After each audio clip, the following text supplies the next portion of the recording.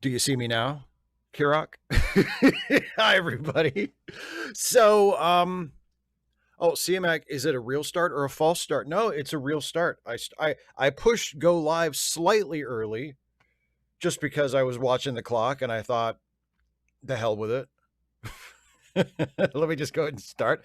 But I waited, as always, until the hour actually turned over just to make sure that nobody had sent in any literal last second questions for the first part of the show, which has happened before. I think the record is still somebody submitted a question.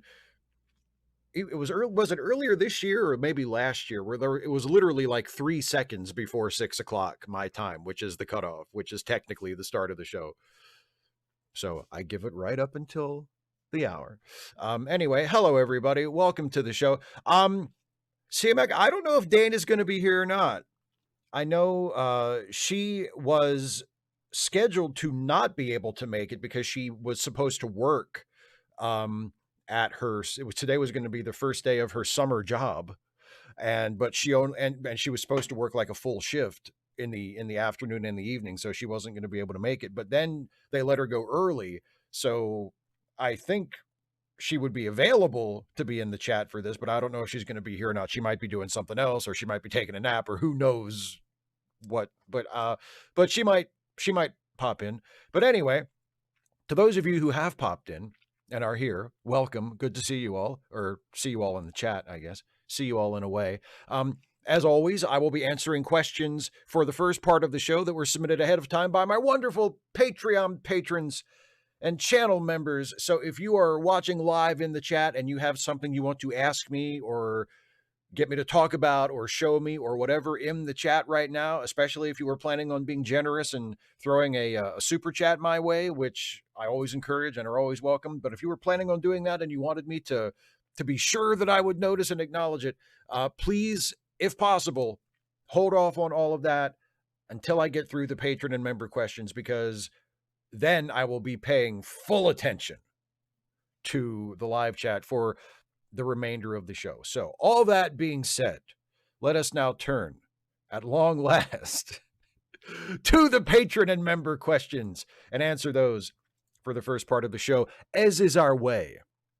First question comes from JJ, who says, have you done a retro review on Mantrap? Can't find one, so if not, gosh, would you? No, I don't think I've done Mantrap yet. Yeah, I mean, I'm going to eventually. I will tell you, I don't have it on the schedule right now. I have the retro review scheduled out pretty far, like kind of ridiculously far. Mantrap is not on the schedule as of yet, but yes, I'm the plan is theoretically I'm going to review them all, but that's going to take a while. But yes, I will get to Mantrap at some point. I like Mantrap. Mantrap is a good episode. Technically, Mantrap is the first episode of Star Trek because it was the series premiere. It was the first episode ever broadcast. I didn't review it when I did the first episodes batch, which was the first batch of retro reviews I did. I reviewed all the first episodes of all the sort of Roddenberry to Berman era shows. But I didn't do Mantrap for Classic Trek. I did The Cage and Where No Man Has Gone Before as like a twofer in one video, because all of the other ones were the pilots. Like for every Star Trek show after the original series, all of the first broadcast episodes were also the pilot. Classic Trek is the only exception to that, where the first broadcast episode was not either of the pilots. So just to review all of the pilots in that batch, I did that, and I didn't review Mantrap, but I will review it at some point. And if you're curious what I think of it, I like it. I think it's a really good episode, and it was a really good choice for them to show that episode first and sort of make a good first impression with the first ever episode of a series. William Tucker, I'm feeling a bit out of sorts after the Cheeto Taco decided Biden is a robot clone. So I'll ask you this. How's it going? How's life? Are you happy? I'm not. That's the way it is with clinical depression. Anyway, you help, Steve. You do. Thanks. Well, I'm very humbled and gratified to hear that. I hope that whatever silliness I can do on YouTube helps you a little bit. I'm sorry that you're not feeling great at the moment. I hope that things get better. And I hope that they stay. I mean, obviously, I suppose another part of clinical depression is when you do start to feel better, it doesn't last. But I hope you start to. I hope you feel better soon, and that it lasts. You have a nice run before things kind of go downhill again. And I hope that they don't go downhill very far. But I'm glad I can help. I'm fine. I mean, I don't, you just shared with me that, you have clinical depression and you're not doing so great. So I don't want to say, oh, I'm great. I'm fucking, my life is great. Everything's coming up Millhouse over here, buddy. I don't want to but no, thank you for asking. I appreciate it. And I'm fine. Things are going well for me. So, and hopefully things will go well for you too. Brian Baker. Hey, Steve, what do you find more difficult when you are preparing scripts for shooting, coming up with the idea for the video, thesis? I like your use of technical jargon. The writing, the editing, or the regret of missing a joke or an error after the essay is filmed. Keep up the great work, and everyone remember to be kind. Always good advice. I mean, I feel like I say this a lot when I get asked about my creative process, but it really does depend on the particular project. Sometimes the hardest part is coming up with the idea, or maybe not even coming up with the idea. Maybe I have an idea, or I have sort of a very loose, vague kind of thesis, but I don't really know what it is yet. I don't really know where I want to take it, where I want to go with it, what point I'm trying to make. And finding that is really difficult. And then once I find that, everything else is just easy. And then other times it's other things. I mean, there are times when something looks really good on the page, and then I'm sitting in front of the camera shooting it, and I realize, oh, this isn't as easy as it looks, like, or this isn't coming out the way I thought it would when I wrote it, or it doesn't come out the way I thought it would, and then I have to make some decisions in the edit. And I write something and I'm editing it and I think this goes on way too long. This bit, even if it's like a comedy skit that I wrote, like, oh, there's too much of this. It's too long. This is repetitive. I've made the same point, or I've made the same joke, or if I cut this hunk out here and just go from here to here, it'll be a lot better. Like some videos do require some changes in the edit once I actually have everything put together and I'm looking at it and I can go, oh no, this is wrong. It'll be better without this, like that sort of thing. The missing a joke, that luckily it doesn't happen all the time, but when it does, and I get comments from people, I talk about this and I try to highlight these when they come up in the Star Trek, the Trek Actually comment response videos that I do, where I'm responding to people who commented on my other Star Trek videos. When someone catches one that I see the comment and I realize, oh man, that's a joke I should have said, or that's something it's usually a joke. Sometimes it's not a joke. Sometimes it's like a point or something. It's something in the video that I see it after the fact when it's too late. And I think, oh, I try to highlight those because I do think it's helpful. And I do really appreciate having that pointed out when it's something like constructive like that, or even just something that's kind of teasing, but in a good natured way of like, oh, you missed a joke, and the joke that they pitch is really good. And it's something that I wish I had written. Like, I like to highlight that. But there is also a part of me that's like, God damn it. Oh, I can't believe oh, fuck, I missed it. It's not in like a really, I've never been like seriously upset by it. It doesn't actually bother me, but there is a little sort of pang of, oh, but that's not a consistent problem. But it does come up from time to time, but it just depends. It depends on the video. Jan, first I have to say, I love your work. Starting with An Atheist Reads, 5 Things and Everything Star Trek. Love it all. Thank you very much. I especially look forward to your commentary on current events. Always right on, often tragic, usually filled with good laughs. So thank you for all you do and for these forums. Lots of fun. Thank you very much. I appreciate you saying that. Question, possibly my most important question ever. I say quiet parts out loud. You say quiet parts loud. No out in your version. Is that how it is said in your part of the country? Thanks again and take care. I say quiet parts loud because quiet is modifying loud. or loud is modifying quiet rather. Um, the idea is it's something that is usually said quietly, but you are not saying it quietly. You are saying it loud, not out loud, because I'm speaking out loud right now. I'm not speaking especially loud. I'm just speaking out loud. So there's a distinction between out loud and loud. So when I say, and those, Republicans say the quiet part's loud, it's the quiet part's loud, not the quiet part's out loud, because that's the idea of, that's the conceit of the video. The things you're not supposed to say are being said. So the quiet parts are being said loud. But I mean, it's all being said out loud, because otherwise you couldn't hear it. So that's why I use that particular construction. And that's also, I mean, that's a phrase. Like, I didn't make that up. Like, people have been saying that for years. Uh-oh, did you hear that? He said the quiet part loud. So that's the deal with that. Potpourri of 2025. Steve, you're correct. Jim Cornette has blind spots. Yep, I know. That's why I said it. I'm glad we agree. Usually I enjoy the challenge of attempting to fit my submission into 1,000 characters. However, I'm feeling lazy today, so here are simply some top-of-mind questions. Which do you enjoy more? When people use their name or names in the name field of the question submission form, or use that field to title their submissions? Okay, it depends. If the title is funny, or if like they put like a little joke in the name field and it's good, I'm all for that. 2, the Kennedy family is currently, historically, and almost uniformly one of the most progressively minded families in America. So how then and why has Robert F. Kennedy Jr., who used to be an actual Democrat, chose to go through his metamorphosis? Remember that his own aunt had life challenges. I don't think, I mean, it's debatable as to how much of it he chose. I mean, obviously he's responsible for everything that he says and does, but I mean, maybe it's a combination of mental illness, years of drug addiction, some very bad personal habits that led to him having some health problems, including, let's not forget, a fucking worm that ate part of his brain and died by his own testimony. So, I mean, there's all kinds of stuff going on with RFK Jr. And you know what? And also, maybe it's, hey, there's one in every family.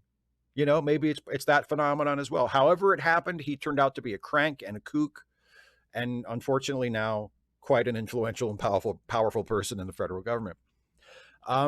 Number 3, however, it almost seems as though he's a proponent of eugenics. I'm not advocating that abhorrent philosophy. Yeah, with, the anti-vax stuff and some other things that he has, his stance toward autism doesn't strike me as particularly empathetic toward people who have had an autism diagnosis, 4, there's so much politically motivated negativity surrounding the recent unfortunate news of President Biden's cancer diagnosis. No one should take joy in anyone's illness. Thoughts? I don't know about that. As I believe, I think Mark Twain said this. I've referenced it before, so I apologize for repeating myself. I've never wished death on anyone, but I have read many obituaries with pleasure. So now Joe Biden is not one of those people for me. I don't take any particular pleasure in the announcement that he has cancer. But if Donald Trump said he had it, can I honestly say that I would be upset? No. I mean, it's case by case. It's case by case. You know what I'm saying? Faragrim, what would you consider your top 5 favorite non-Star Trek or Star Wars science fiction films, and why? This requires some research. Hang on.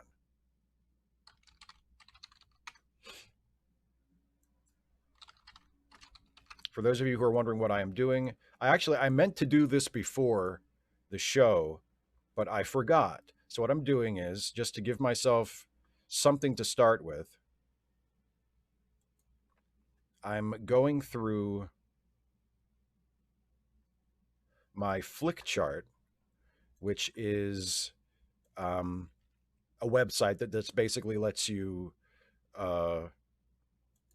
keep track of which movies you like and in what order. And I'm sorting my list for science fiction, and we'll just see what my favorite science fiction movies are according to according to my Flickchart ratings. Okay, some of these are not science fiction. Some of these, it's a little It's a little iffy. So, okay. Your question was, other than Star Trek or Star Wars, 5 favorite science fiction. Some of these I can give you off the top of my head. I don't need to refresh my memory. Obviously, number one for me is 2001: A Space Odyssey. Um, what's another one? Uh, Apparently, I really like Blade Runner, according to Flickchart. Blade Runner's up pretty high. Metropolis, the original Metropolis, that's a good one. Dark City, Clockwork Orange, I guess that's sci-fi. Yeah. Oh, The Iron Giant, sure. Eternal Sunshine, that's a good one. Um, Close Encounters. There you go. Oh, Forbidden Planet. Yeah, so that's more than 5, obviously. But now I'm curious as to how I've spent a long time since I went through the flick chart list like this. I'm curious to see like what other sci-fi movies I have. Ooh, Aliens. Did I rank Aliens ahead of the original Alien? That's interesting. I might have to go back and revisit that. Um, yeah. So there you go.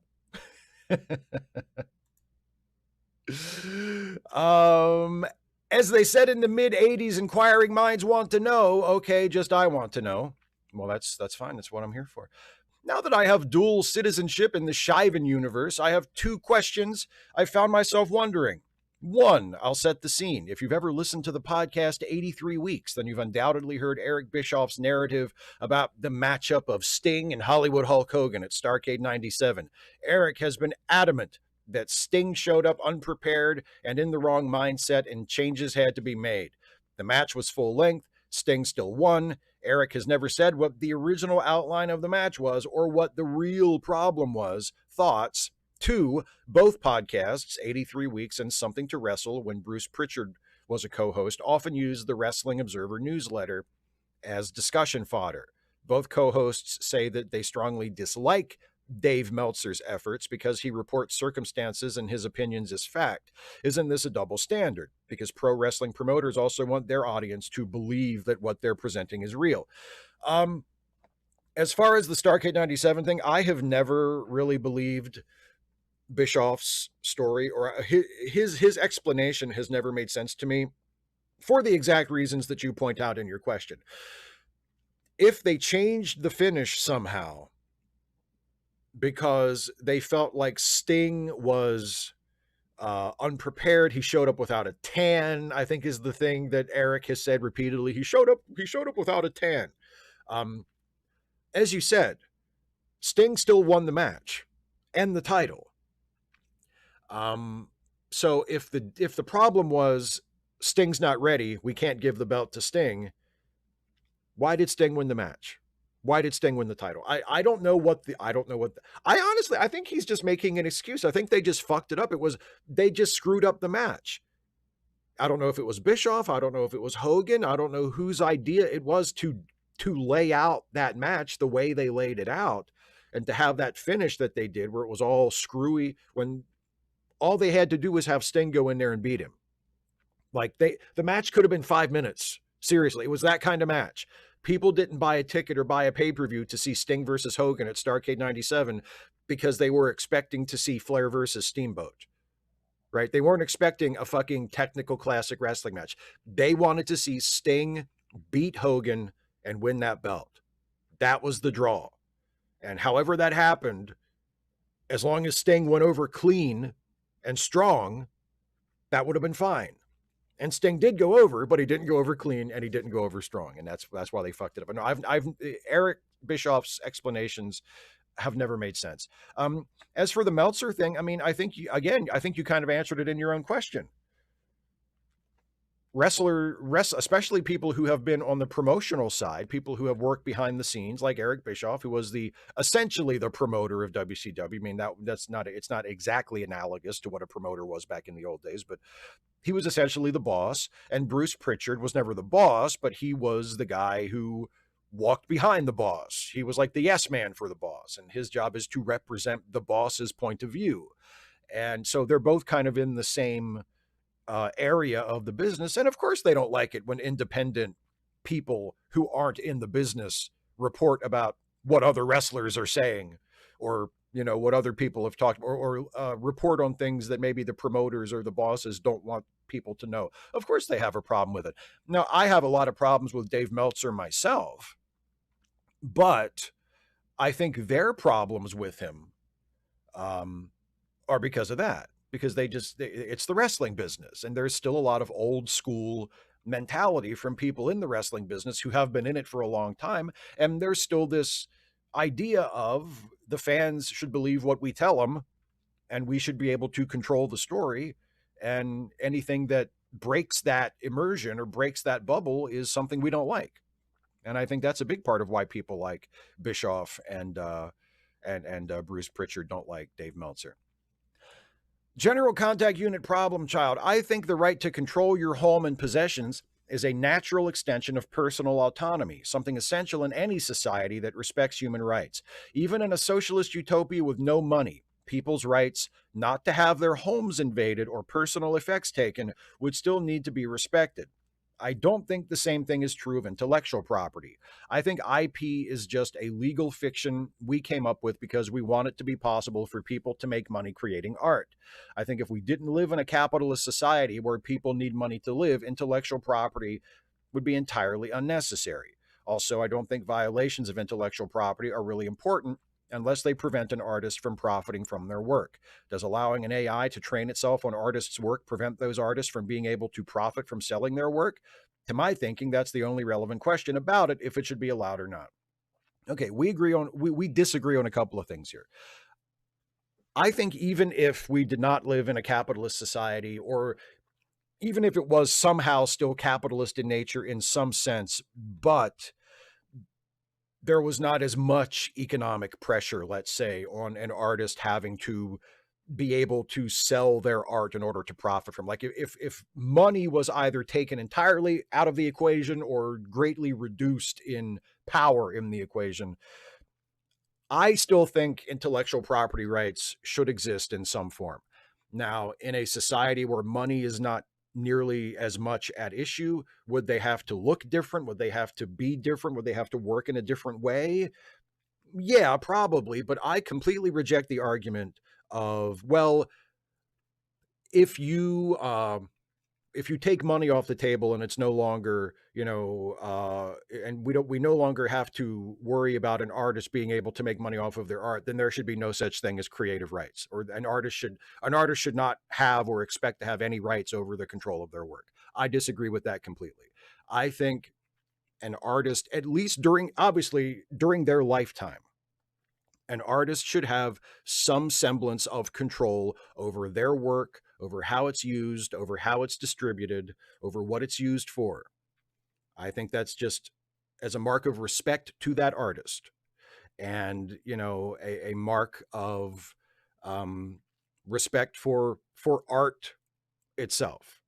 Even if there's no money in the equation, an artist should have some degree of control over how their work is used. Even if money was not involved, Bruce Springsteen should still be able to tell Donald Trump, you can't use my songs at your rallies. Because it's not just about money. It's about integrity. It's about seeing your work represented in a way that you think is in line with what you were trying to accomplish, with your message, with your values, with all kinds of things that have nothing to do with money. Obviously, I would still want there to be carve-outs for things like commentary and fair use and all of the exceptions that we have to current copyright law, which are good and necessary things. But no, even if money was not at issue with any of this, I still very strongly believe that intellectual property rights in some form should exist, and that artists should have some control over their creations. And also, I don't think that whether or not an artist is prevented from profiting from their work is the only issue with AI. A lot of people make that argument. They say, well, sure, an AI is trained on someone else's art, but it doesn't stop them from profiting off of their art. No, it doesn't. It allows someone else to profit off of their art without their permission or without cutting them in. That's the problem. If someone trains an AI on a bunch of my YouTube videos without my permission and without compensating me in any way, and then that AI that was trained in part on my videos, on my content, goes on to generate billions of dollars in revenue for that company. And I don't see any of that. And none of the artists whose work was also used to train that AI that is generating all that revenue see any of that either. That's not fair. That's stealing. So even though I can still profit on my own work in my own way, I'm still being ripped off because somebody else who used my work without my permission to create a thing that is now making them rich is not sharing any of those profits with me or any of the other artists who enabled that thing to happen. So no, it's still wrong. It's still stealing. And it's not about whether or not I or any other artist am prevented from doing anything with my art after it is scraped to train an AI. It's the fact that that AI and the people who invested in that AI and the people who built that AI are profiting from it. And the artists whose work trained it are not. That is the problem. And that is an issue that a lot of people overlook with the AI. You know, how can we ethically train AI on other people's art? Like that to me is the entire issue. If you're making money off of something I did without my permission and without compensating me for it, you're stealing from me. Period. Again, unless there's some kind of fair use exception involved. Like I don't expect to be paid every time somebody cites one of my works in the context of a commentary or in the context of like a fair use situation. But AI training is not a fair use situation. So yeah, that to me is the problem. So we have disagreements on both of those points. David Colby loves Jizz Whalers, that is, the band that plays in the cantina in Star Wars. I knew what you're talking about. I know what jizz is. I know the multiple senses of the word jizz. I liked Andor season 2 a lot more than you did because like stuff happened. Andor did things. Exciting. Finally. Apparently, it was meant to be 4 seasons. And can you imagine season 2 spread over 4 seasons? I'll just break in to say, fucking no, I can't. That's ridiculous. Was everyone going to take 5 minutes of silently staring at the wall between their lines or something? No, it was going to be, just endless, pointless, boring, granular procedural detail in every fucking thing. Oh, God. Makes my blood run cold even thinking about it. But in your video, you described it as Star Wars for adults. But I have a more accurate summation. It's Star Wars for fucking cowards. Yeah, it's fucking easy to make shit serious if you cut all the silly stuff out, you goddamn hacks.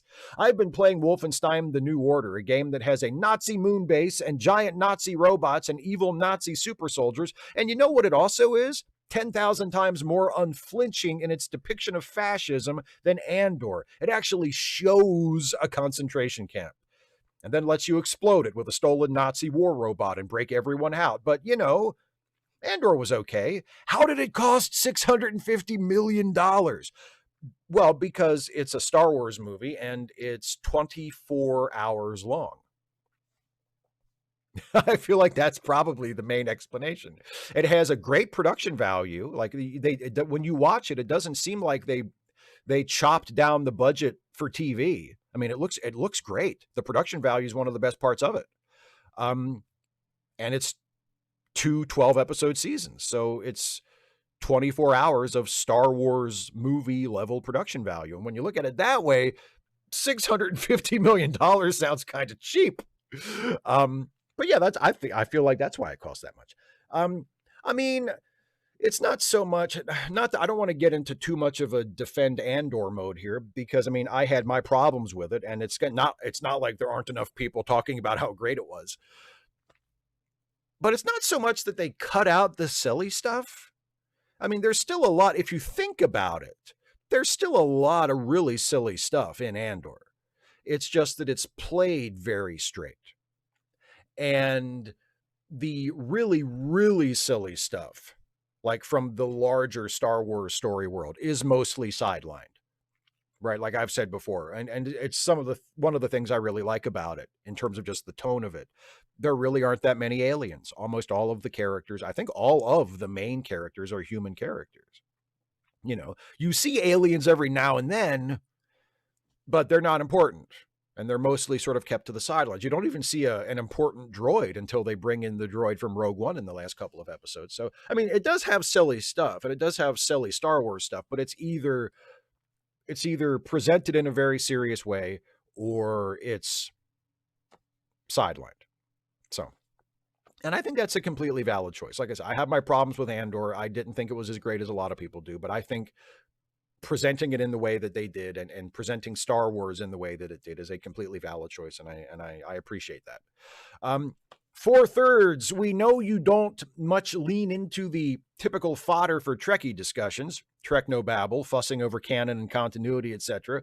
You do, though, make self-deprecating hay out of your ship models, and I like to think you truly enjoy them. Will you ever indulge us with an essay or two about Star Trek ships, your thoughts, their features, aesthetics, etc.? I don't see how there's an essay there. I mean, I like it when the interiors of the ships look functional and, aren't just endless identical flat screen monitors. That was my big problem with the TNG era starship sets. And that's one of the reasons why I liked the interior sets of Deep Space Nine a lot better, even though they also had like nothing but touchscreen panels. But there was also like a lot more going on. It felt a little more clunky and junky and low tech than like the Enterprise D did. That's why I like the classic Trek movies, especially Star Trek II and Star Trek VI. Physical buttons, switches, stuff like that. They even had that in the Kelvin timeline, as slick and bright and futury, modern futury and clean as that version of the Enterprise was. Like Sulu has a throttle, the control panels have buttons, and that's a little thing, I know, but it makes it feel more real. It makes it feel more tactile than just like just fingers like dancing across a touch panel. That just doesn't feel as tactile to me. So I like that stuff, and I like certain things about the exterior designs of the ships. But I mean, there's not really an essay there. It's just me sharing my preferences. And I know a lot of people do YouTube videos like that, but I have no interest in doing that. More power to people who are completely fine with making, very, very long, very, very detailed YouTube videos that basically boil down to, I like the way this starship looks. But I can't see my way to doing that. But no, yes, I do enjoy my little ships. I think I've said before, I love the movie version of the original Enterprise, the refit Constitution class version. I really like the Enterprise E that was introduced in First Contact. I love the Defiant. I love the Strange New World, the Discovery Strange New Worlds version of the Enterprise, inside and out. But I mean, there's not really a video essay there. It's just me saying, yeah, I really like the way that looks. It fits my taste. It fits my sense of aesthetics. But I mean, what else am I going to say? But yes, I do genuinely enjoy my little ships. Yes. Yvonne Okafor, want to know that you are suffering mental health issues because of Trump? Not that I know of. I don't think so. Some Trumpers accuse me and everybody else who has ever said anything critical of him or anything true of him, and those are usually the same thing, have accused me of having Trump derangement syndrome, but I do not think that is an actual condition. I think that's just what Trumpers accuse people of having when people aren't nice to Trump. Oh my God, you have so much TDS. No, it's just seeing him for who he is. But no, I do not believe I am suffering mental health issues because of Trump. I think the United States as an entire country is, but myself as an individual, no, I don't think I am. Agent Meister, accused recently of being shallow, but I would argue that there is depth to my shallowness. That's right. Don't take that kind of shit. Stand up for yourself. Pelder Joy, Steve, time was when you and I would have been at loggerheads over the importance of continuity. Nowadays, though, thanks largely to your good self, the story is what I'm interested in, and I couldn't give a fig if a plot point that contradicts some throwaway mark from a previous episode or series. What I do care about, though, are stakes. That's one reason I love Star Trek. Tasha Yar, Jadzia Dax, and Jim Kirk are all major characters who died and stayed dead. The excellent Yesterday's Enterprise notwithstanding. But some of the reasons I gave up on DC and Marvel comics was because there are no stakes. I love Under the Red Hood, but I feel that Jason Todd should have stayed dead, as it reminded Batman and the reader that there are consequences for the life he leads. Nowadays, if I hear a character is dead, I say, so what?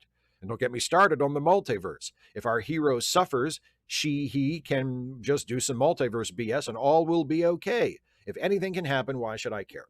I agree with you. I agree with you, especially about Jason Todd. I know a lot of people love how his character has grown and evolved since they brought him back to life. Um, I'm not going to sit here and tell you that I haven't enjoyed any of the Jason stuff since he was resurrected. Some of it I think has been good, but I think it would have been better to leave him dead. Not because I have anything against the character; he deserves to die. Like that's not the way it works. It's a fictional character; he doesn't deserve anything. Um, yeah, I think it's better for Batman. It's better for the larger story if, as you say, there are consequences. Characters die and they stay dead. Like I have often mused again, if the Blue Fairy came down and granted my wish and said, "You're in charge of DC Comics. You're the chief creative officer of DC Comics, and you're basically the editor in chief, right?" The first rule I put in place on the first day is no more bringing back dead characters. I'll give them a little grace period. Like I'll say to the creative teams on all the books, I'll say, look, if there's anybody who's dead that you feel like you need, that you were going to bring back, you have this period of time. You have like 6 months. Bring back whoever you want to bring back. But after that, if you kill somebody, they're dead permanently as long as I'm here, right? Because I just feel like, yeah, there need to be stakes. There needs to be, especially in a superhero world or a science fiction world where it is so outlandish in so many ways, like life and death still needs to mean something. And yes, there are exceptions. Yes, Spock came back from the dead and that worked. Yes, there are many exceptions. But just because there are exceptions, that doesn't make it a bad rule. You know, and my number one rule is story trumps everything. So Spock coming back from the dead worked because they managed to get a good story out of it and they sold me on it. I was like, okay, I'm good with this, you know, but that's really hard to do. That's really hard to do. So yeah, and as far and the multiverse as well. I agree with you about the multiverse. The biggest problem with the multiverse is they won't stop talking about it. I mean, the multiverse has existed in comics since the 60s, but it was usually something that was saved for like a special occasion. Like there'd be like in DC Comics, there would be an Earth 2 story a few times a year, maybe. Like it was like Batman was not constantly being reminded that there is this other Earth where there are other versions of characters doing stuff, or Superman or whoever. It was, if you were a longtime comic reader, you were aware that it was a thing that existed, that there were multiple universes, but they didn't constantly remind you of it. Because yeah, the more you're reminded of it, the more it sticks in your brain and you're like, oh yeah, there's like infinite timelines where all of these different characters exist in all these different ways. So why should I care about any of this? Like if that takes root in your brain, then yeah, it waters down the stakes of the story. But if it's just something that you kind of know exists, but you're not really prompted to think about it that much by the writers, it's fine. It's fine. But the fact that, like, especially with Marvel, they're now like multiverse, multiverse, multiverse. Okay. You know, it does kind of water things down. Again, it depends on the movie. Like if the MCU makes a fucking brilliant superhero film that doesn't really tie into the multiverse, I'm not going to watch it and go, well, it was good, but it would have been better if they hadn't mentioned the multiverse in other movies. Like, I don't care. You can still make a good movie or a good story within that larger context. But that when you tie into that larger context and you remind people, oh, by the way, multiverse, multiverse, multiverse, like it does water things down. It is a problem for me. The Grumpy Monkey. How now, Steve? Die Hard movies. Ain't they great? Well, most of them, anyway. The first is a masterpiece. Not perfect, but damn well close. And it was the first time I heard the F word on TV. Number 2 had an impossible act to follow, but I think it pulled it off nicely. And if it wasn't for its predecessor, I feel it would be hailed as one of the best action movies ever. I can never decide whether I love number 3 more than number 1. It's that good. And I could listen to Jeremy Irons talk all day about anything. Number 4 is, I think, a dumbed down version of 3. The series is past its best at this stage, but 4 is a perfectly fine action flick. The less said about 5, the better. I'd love to hear your thoughts on the Die Hard series in general, and if you have any favorite movies/moments in particular, or any aspect of them that you felt let the series down. Also, did you know that Doug Saru Jones was one of the Penguin's clown henchmen in Batman Returns? Yes, he is. I don't think I mean, he's one of the gang, so they never really give him a name, but he's known as the Thin Clown. Go figure. Doug Jones, the Thin Clown. I think he is. I think he's the one that you see putting the remote control device in the Batmobile in that scene where they're hacking the Batmobile and they're booby trapping it, and there's the little, like, barber pole thing, the little rotating Christmas ornament with the antenna. He's the one in the shot who, like, turns it on and puts it into underneath the bat. I think that's Doug Jones. But anyway, yes, and that's a cool little factoid. Honestly, with Die Hard, I love the first one. I really like the third one. The rest of them I can take or leave. I mean, I don't think you're right. As it goes on, the later ones are kind of bad. 2 is okay. Two is fun. 2 is a perfectly fine action movie, but really the only ones I feel like are really necessary in terms of just their quality are 1 and 3. The rest, I'd be fine never watching again. But especially the first one is, like you say, it's a masterpiece. It's one of the great action movies of its generation. And 3 is really good. The rest, I'm fine. I don't need those. Matthias, hi Steve. How do you think the U.S. Constitution or U.S. system of government should be amended, changed to stop U.S. presidents from behaving tyrannically? For example, do you think the POTUS pardoning power should be limited so that presidential pardons have to be first reviewed and approved by a neutral arbiter rather than sold for $1 million a plate at a Trump dinner, and or a means to be found retrospectively nullify retrospectively nullify extremely questionable pardons? And do you think that the acts of Congress that prohibit, restrain certain presidential actions or delegate congressional war powers in a qualified way should be amended so there are specifically named criminal sentences, consequences for presidents that ignore them? I mean, all of that. To be honest, I'd be fine with getting rid of the presidential pardon completely. I've never been super comfortable with executive pardons, be it at the presidential level or the gubernatorial level. I know that there are those who would argue that, it's nice to have that option in the case of, like, where there's a true miscarriage of justice that hasn't been resolved by the courts or any other way. It's nice to have an executive who can say, I'm going to cut through the red tape and I'm going to pardon this person because clearly they've been mistreated. But does that outweigh the abuses or the potential for abuse or the undermining of the rest of the justices? I don't know, but I would definitely be in favor of limitations or creating some kind of congressional review or some kind of congressional or even judicial revocatory power. I think that would be a great idea. And I also think it would be great to, I mean, your suggestion is good. I would broaden it to just put it in writing, whether you could do this through traditional or conventional legislation or whether it would take a constitutional amendment. I'm not sure, but just make it clear in writing, in law. So it's not a matter of, Justice Department guidance or judicial ruling, but put it in writing in the United States Code in some way that the law applies to the president.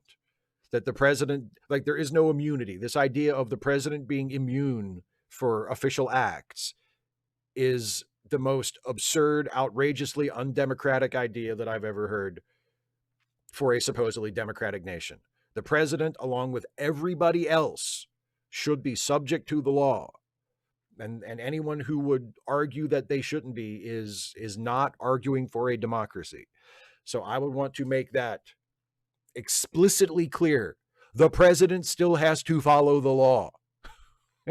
and is still subject to the same penalties for breaking those laws that anybody else would be. Matthias via YouTube. Hi, Steve. You've said that you're an atheist. I myself am agnostic. But would you agree with me that whilst faith is a personal thing, unique to each individual, that can have a positive influence on that individual, religions as a whole, i.e., organized faith, have had a profoundly negative effect on the world?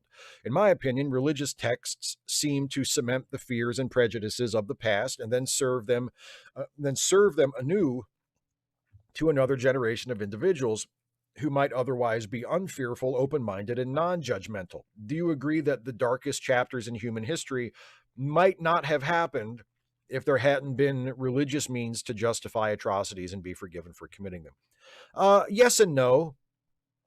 I mean, I definitely agree that some of the worst things that have ever happened, wars, atrocities, genocides, etc., like massive, horrible crimes on huge and small scales, have been done in the name of religion. And I don't think religion gets a pass for that. Like, I think the very institutionalized religion in its assorted varieties bears responsibility for that.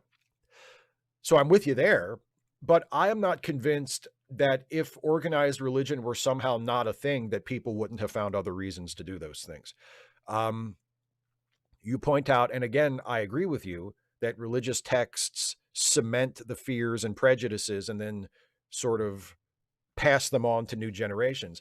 That has been my feeling for quite some time, that institutionalized religion serves as a way of slowing down social progress or slowing down moral progress, sort of convincing people that the values of whenever that church was founded are written in stone and must never change. And of course, inevitably, they do change, often imperceptibly over the generations. But the idea is we're supposed to live according to the values that were handed down to Moses however many thousand years ago, and that's the way it's supposed to be.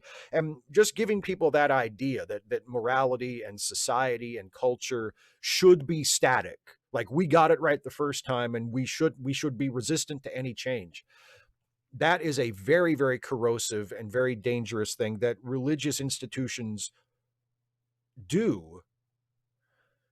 But again, I'm not sure that we wouldn't still be doing that if we didn't have religion. If there was no, because I think there's a natural human tendency that is just amplified and sort of sanctified by religion. But I don't think religion came up with it. Just like I don't think religion came up with all of those prejudices and fears in those sacred texts. Like religion, all of the bad things about religion were not invented by religion.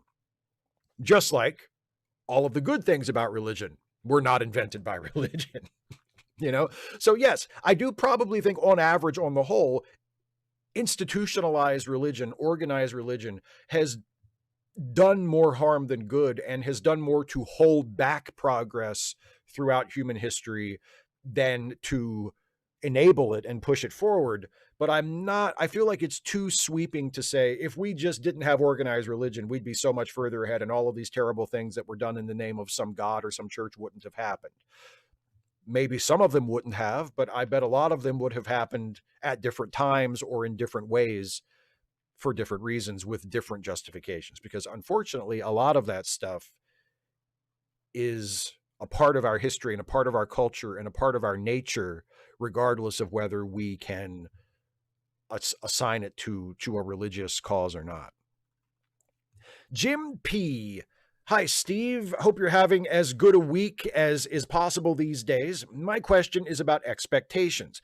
I feel like there may be a disconnect between what critics, commentators expect from certain movies and what the general public expects from the movies. I think this has almost gotten to the point where if a movie doesn't have the exact plot points or general vibe that a critic expects, they are super disappointed and it reflects in their review. Do you think there is a disconnect between the two groups, and how can both sides help bridge that gap? Have a great show. As far as how do they bridge the gap, I don't know. I don't know if it's even a gap that needs to be bridged. Like, I'm completely fine with critics and general audiences reacting to movies in different ways based on their given perspectives. I don't really think that's a problem. But let's not forget, general audiences do this thing with the expectations too. It's not just critics who might judge a movie unfairly because it doesn't fit whatever box they think it should have gone into. Everybody does that. Like, there are so many people. How many times have you had a talk with someone about a movie where, let's say, you liked the movie and they didn't like the movie, and you're talking about why they didn't like it, and their argument veers off away from stuff that was in the movie that they didn't like towards stuff that wasn't in the movie that they thought should have been. And I'm not complete. I try to be aware of this and try to guard against it. And especially if I'm doing like a review of a movie and I'm acting as a critic, I try very hard to not do that. But I have that tendency as well.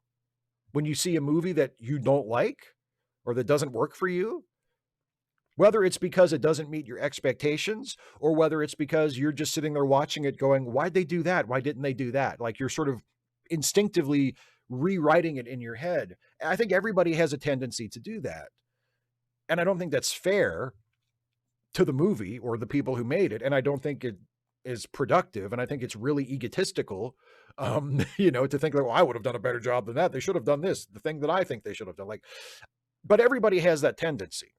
Everybody has a tendency to not review the movie they saw, but to compare the movie to the movie they think should have been made instead. And like I say, regular people do that just the same as critics do. And I don't think it's a very good practice either way, but it is a natural practice that I think we all do to some extent. But as for the disconnect between critics and general audiences, like, I honestly don't think that's a problem. As someone who kind of dips a toe into both worlds, again, I've never been a professional movie critic, but I try to sort of, I'm kind of a self-appointed critic for the Late Seating podcast that I do with Jason, and my own movie reviews that I write, and video essay, media analysis type stuff that I do on this channel. Like, I'm kind of a self-appointed critic, but I've never done it professionally.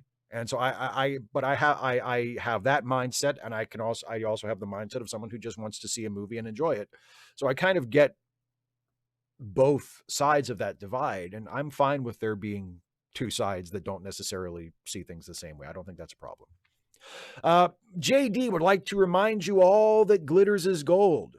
Good to know. Hi, Steve. I might regret asking this, but can you help me parse online political discussions? Specifically, what the hell is a liberal?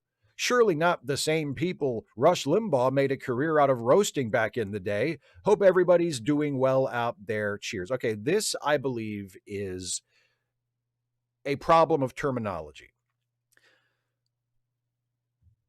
When I was a kid, into a teenager, and even into young adult, the political spectrum was binary, and on the right there were conservatives, and on the left there were liberals, and of course in the center there were the centrists or the moderates or whatever. But the polls were defined as, on the right it's conservative, on the left is the liberals. And that was the understanding of it that I had until I started seeing people discussing politics on the internet. And I realized that for a lot of people, and now I think certainly in online discussions, this has become the far more dominant way of understanding politics and sort of mapping politics. Now, the left is the left, or sometimes called socialist or far left or anarchist. They identify with more specific movements. But most people who are on the left, like decidedly on the left, and think of themselves that way, would not want to be called liberal, because to them, liberal is a completely separate group that they actually associate more closely with conservatives. Now, not the same as conservatives, but far more allied with conservatives, having far more in common with conservatives than they have with people on the left. And So it's just a different way of thinking. It's just a different way of defining who everybody is. It's a finer way of parsing it, you know. And a lot of it has to do with the fact that a lot of leftists, most leftists, I think, put a lot of weight behind the relationship of a person and a person's ideology to the state, like how they feel about the state.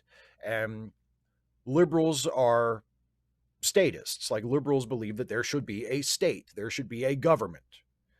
And so do conservatives. Conservatives believe there should, yes, there should be a government, there should be a state of some kind.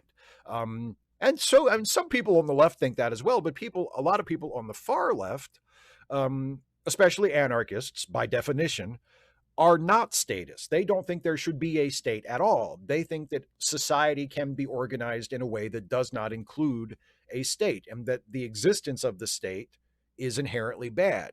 So because liberals accept the existence of a state and people over on the far left don't, the people on the far left consider themselves to not be the same as liberals, and consider liberals to be counterproductive and destructive to the goals that leftists are pursuing.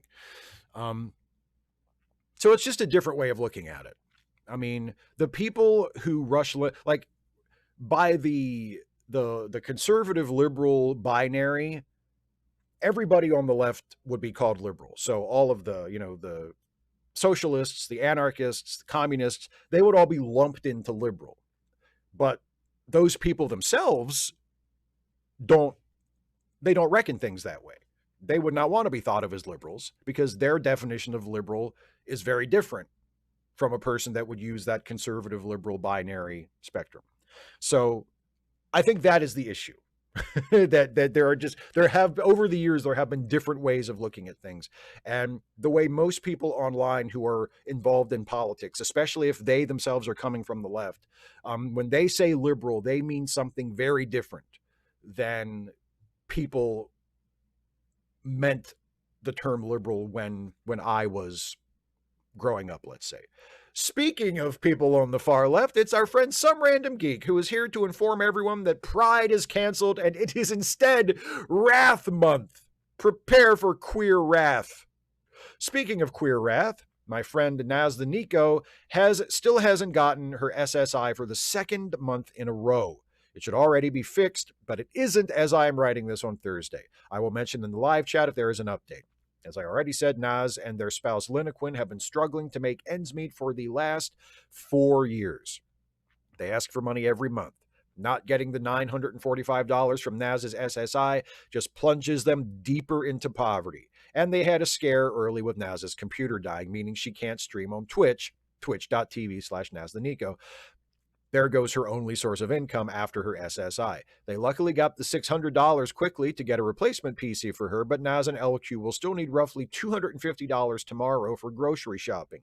Yes, it is that expensive to get gluten-free stuff. Luckily, LQ doesn't need a written statement from me saying, I, Jonathan Scott, have given so-and-so LQ $4,615 just on the Cash App like I did with Phoenix.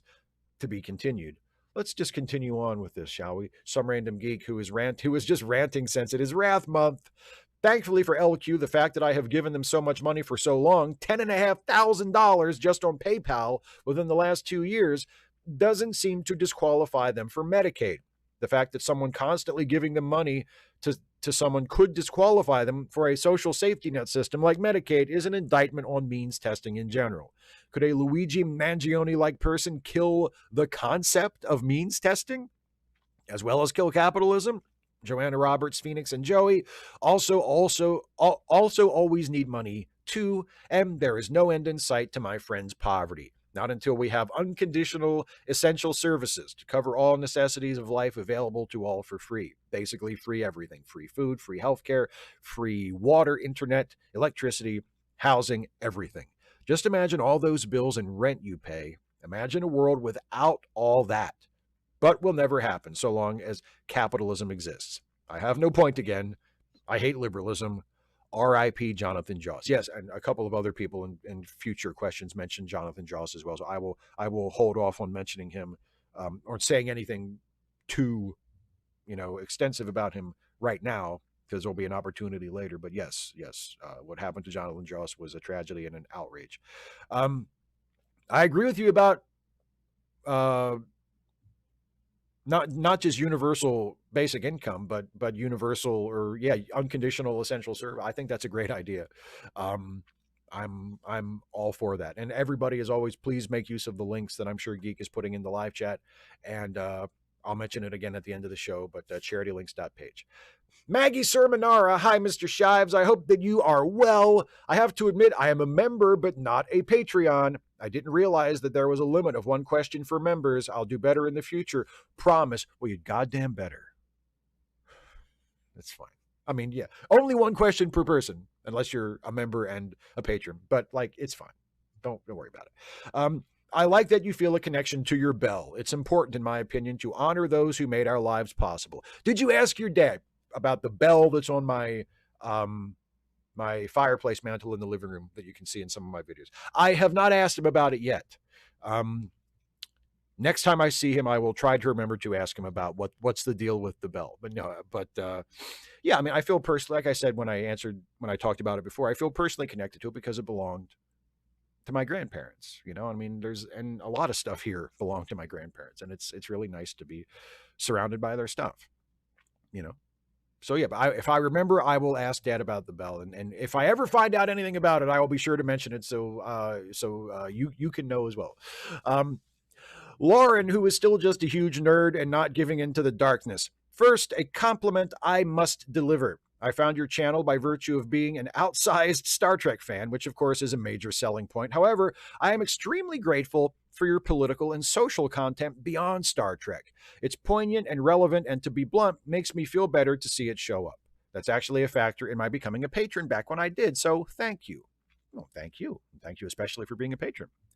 Now, as I'm contemplating who I'd put up against the Vulcans, the Niners, or the 2025 Orioles, I'm going to address a thought from the unnatural selection video. Is making super children not genetic engineering? Is it also not genetic engineering that folks throw Pulaski's hair DNA in the transporter? Shades of The Fly here and or the Simpsons version. Continuity aside, it just dawned on me that people in Starfleet be doing weird genetic modifications all the time. What's the line when you get to call it engineering? In real life, I'm a network and software engineer, LOL. Yeah, I mean, I guess it depends on what we're supposed to think it is for any given story, you know, but there is a lot of inconsistency as far as, you know, what's okay and what's not. The idea that, well, if somebody has an aging disease, you can cure it by just reconfiguring their DNA in the transporter. And, you know, a lot of people talk about, oh, they've cured old age. You know, you never hear that again. But there's other things that especially in TNG, they got really comfortable with, you know, having dialogue that said, we resequenced so-and-so's DNA. That seems kind of major, right? That seems kind of serious. You can just do that. But then later on, we find out, oh, genetic engineering is illegal. Okay, but resequencing DNA is still cool.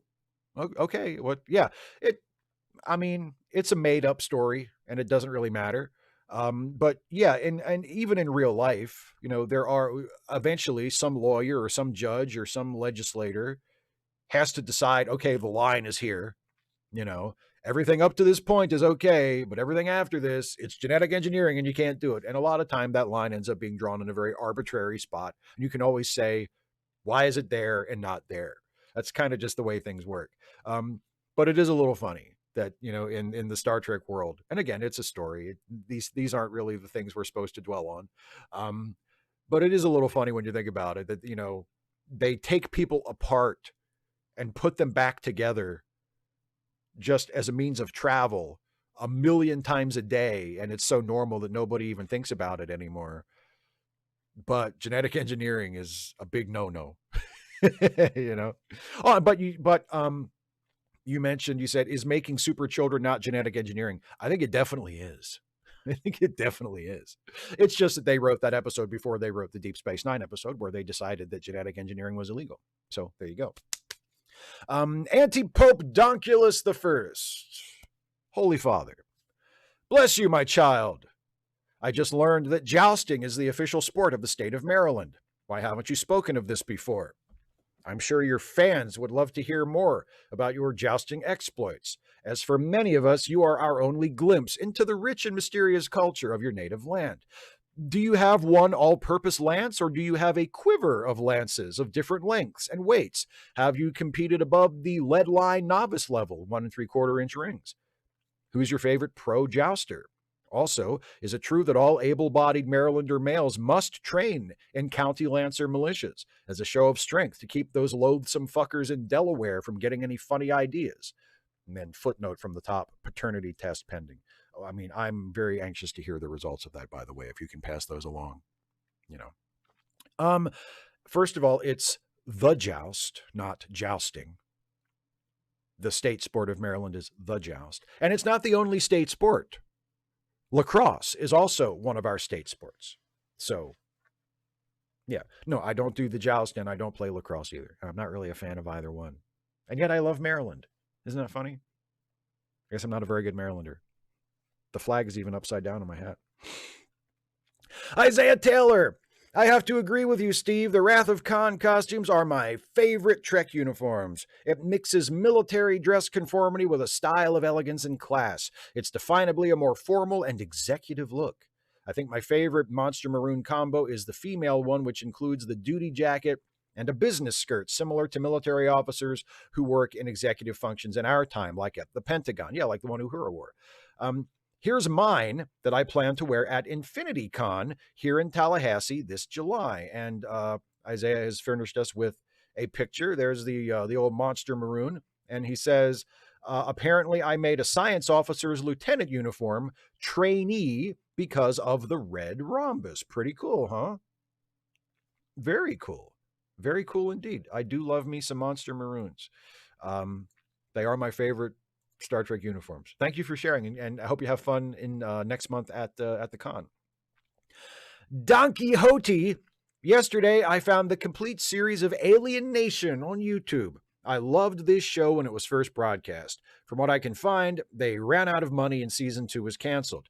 Did you ever watch it? If so, what are your thoughts about it? I like the progression of the characters coming to accept the newcomers. The purists on the show remind me of MAGA. Yeah. I think I maybe watched a few episodes of it when it was originally on. I remember it being on. Like, I remember it being a thing. I remember seeing commercials for it. But other than maybe an odd episode here and there, I never really watched it.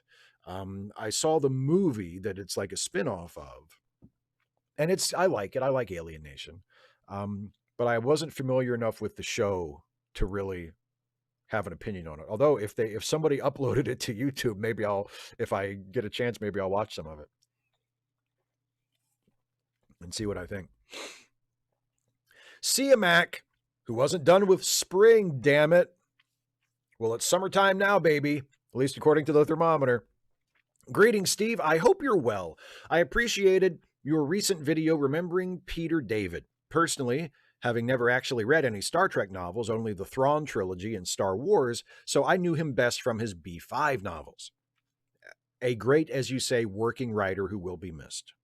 On to my question. On Wednesday, I attended a rally and legislative action going to state legislators' offices with a specific ask in Harrisburg, promoting mass transit across the Commonwealth. Our proposed state budget would hobble SEPTA, Philly Mass Transit. This in a city where we don't have school buses. Kids ride on SEPTA to school. Given the demographics in the city, guess who that impacts the most? Part of our push was also for mass transit in less urban areas, where lack of access to a car means lack of access to income. Do you have any mass transit in Hagerstown? If not, what sort do you think would be useful, or if so, improved? Yes, there is mass transit in Hagerstown, or it's in Washington County more broadly. We have what we call the county commuter, which is a bus, or a couple of buses actually, that traverse the county, and it's fine. Like, I think it's adequate given the population. that it serves. It's a lot easier to take advantage of it if you live in Hagerstown or the Hagerstown area. If you live farther out in the county, one of the more far-flung towns, the smaller, more sort of, I mean, it's funny to say less urban because Hagerstown itself is not super urban. um, but one of the smaller towns that are further out into the boonies, your opportunities to catch the county commuter are a lot more limited, and you can basically use it to go somewhere, and provided you're going to stay there for a while and hopefully catch one on the way, catch a ride back at the end of the day. Like it's not like the metro in DC where there's a train every few minutes or a bus every few minutes. It's very limited, but the people who use it seem to appreciate it and seem to get something out of it. I've never used it myself because I've always either had a car or lived with someone who had a car, so I never had to use the county commuter. But I'm given to understand that, especially if you live in the Hagerstown area, where there are a lot more routes and a lot more stops, that it's good. But if you live further out, it's still nice to have, but it's not as good. So it might be, if there was an improvement to be made, it would be service to the outlying communities. But yeah, that's our version of mass transit in Hagerstown, the county commuter. Kara, aka the Tolkien nerd. Hi, Steve. You mentioned your love of MacGyver, and I'm rewatching the series from the beginning. Are there any episodes you would never watch again because they're so obviously very special episodes, or heavy on the cringe factor, or both? Thoughts, please. Kara. No. MacGyver cannot be preachy or cringy enough to drive me off. In fact, because here's the thing, you have to understand, I genuinely love MacGyver. We're talking classic MacGyver, not the newer version that was on CBS up until a few years ago, which I never really watched. I watched the first couple episodes of it, and I thought it was fine. Like, I didn't hate it, but I didn't feel like I didn't feel compelled to get into it and watch it. Maybe I'll revisit it at some point, but when I say MacGyver, I mean like original fucking 1980s, early 1990s, Richard Dean Anderson MacGyver. It was not a good show. I love it. I adore it. I would watch it at the drop of a hat. But not the best written show. Not often the best acted show. Really got by on the charm and charisma of its lead and of its various other actors and characters. It's a fun show. And I hope you're enjoying it, Kara, as you watch it. It's just a fun show. And because I enjoy it on that level, even a bad MacGyver episode is a good MacGyver episode. There are episodes that there are so many very special episodes where it's MacGyver learns about the danger of guns. MacGyver learns about the danger of drugs. MacGyver becomes a teacher at an inner city school. MacGyver learns about racism. These sound like the darkest Mr. Rogers episodes, don't they?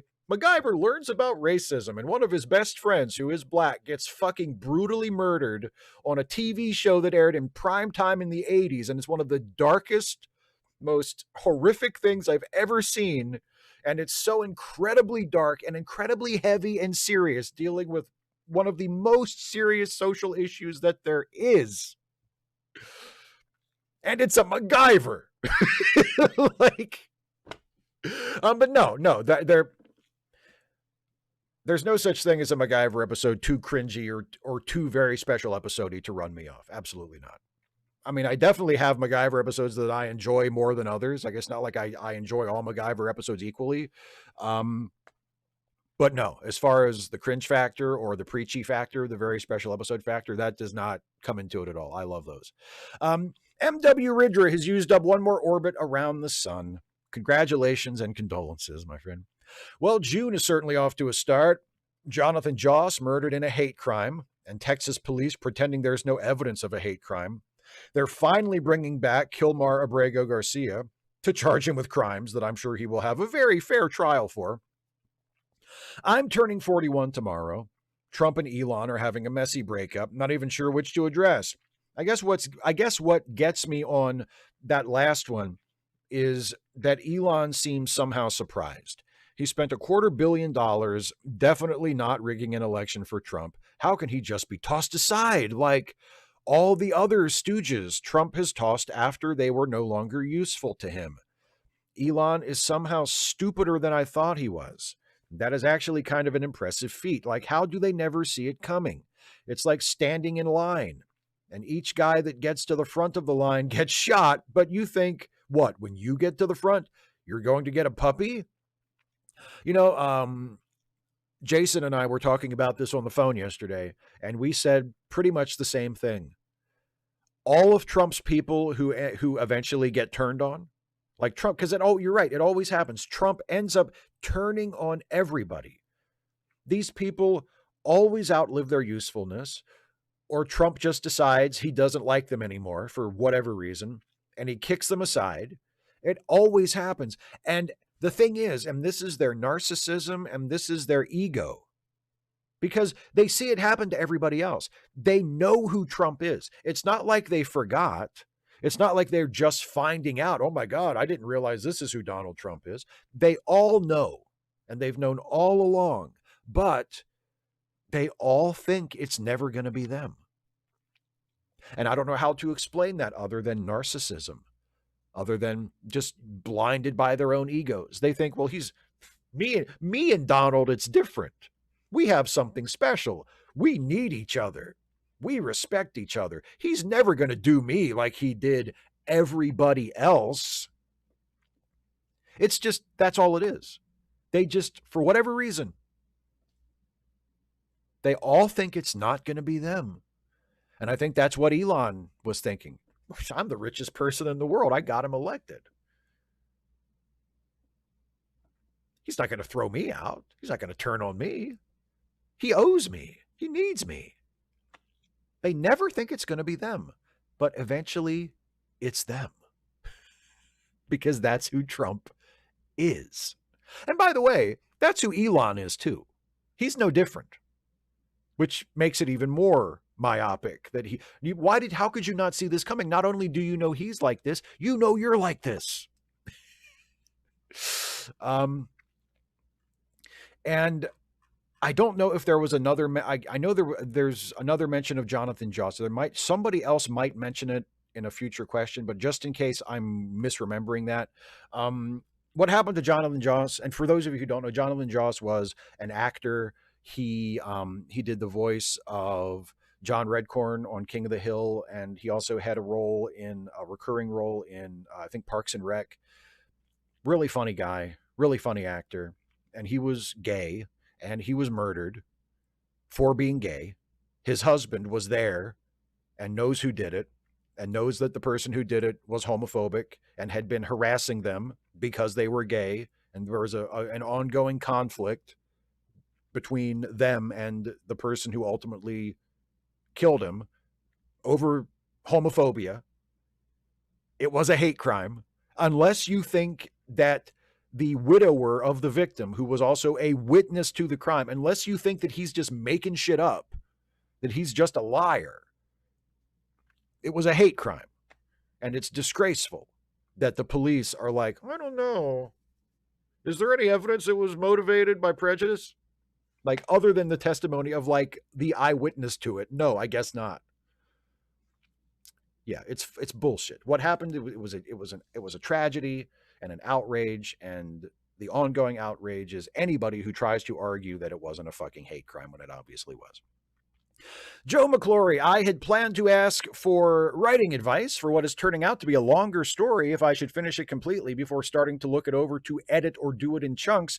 But given the Trump-Musk feud and how it touches on themes from my writing about the problem being the power and not just the powerful, it is good to see people celebrating the mess of this feud. But in the end, no one person should have the wealth to turn an election or even make a credible claim that he did so, and no president should have an administration unwilling to question him. Both of these men have far too much power, and all the talk saying that this is bad because it is them is wrong. I mean, they are a problem. Neither of them should be in charge of a taco truck, much less the country. But still, even the wisest leader should not be working to ignore the will of the other branches of government. And no one man should be able to run a single company as large as any of Musk's projects. Thoughts? I mean, I agree with you. I will say, and I was going to mention this in response to the earlier question about like what laws could we pass or what regulations could we impose on the president to, to rein in future Trumps. Um, and I have a similar reaction to this question. I mean, yeah, I agree with you. Um, Nobody should be allowed to have the kind of wealth or the kind of power where they can turn a system that is supposed to be democratic and is supposed to be just and equitable, at least in theory. I mean, it's never actually been that, but in theory, that's what it's supposed to be. Um, on their whim, right? Like nobody should be able to accumulate that much power. I agree with you completely. But we also have to remember that we can only do so much through drawing up the plans, right? We can write the rules. We can try to get the laws as good as we can get them and make sure that everybody is in the right role and all of the different positions are what they need to be and all of the different limitations and the checks and balances from the multiple branches of government. Like we can fine tune that and continue to fine tune it as time goes on and we encounter new problems and unanticipated situations. Like that's really important. And we need to do that a lot more than we have been doing. But there's also the plain fact that these systems that we are designing and refining only really work if they are operated by trustworthy people. And that's why I think Trump and Musk and all of the people in this administration are such larger problems than we have seen before. Even though, I mean, there have been other untrustworthy people placed, with access to these levers of powers before, but I don't think there's ever been anyone as flagrantly irresponsible and reckless and untrustworthy as Trump in that position before.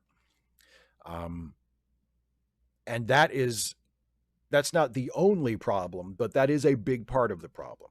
And even if the levers of power were dialed in just perfectly, and all the limitations we wanted were in place, it would still only really, really work if there were trustworthy people placed in charge of it. And that's ultimately the responsibility of us, of the electorate.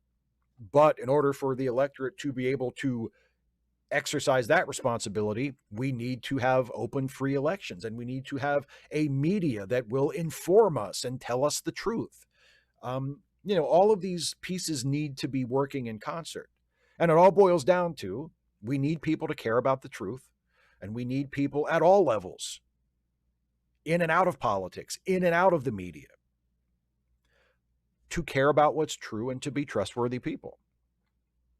And that's always going to be a struggle. And that's not to say that, these other problems aren't legitimate. They are, but like, it's always we're always going to have to be vigilant about that. That's not something you can ever just not pay attention to. Like these systems that we have in place that allow our society to function, they depend on having trustworthy people in those positions. And that's always going to be something we're going to have to keep after.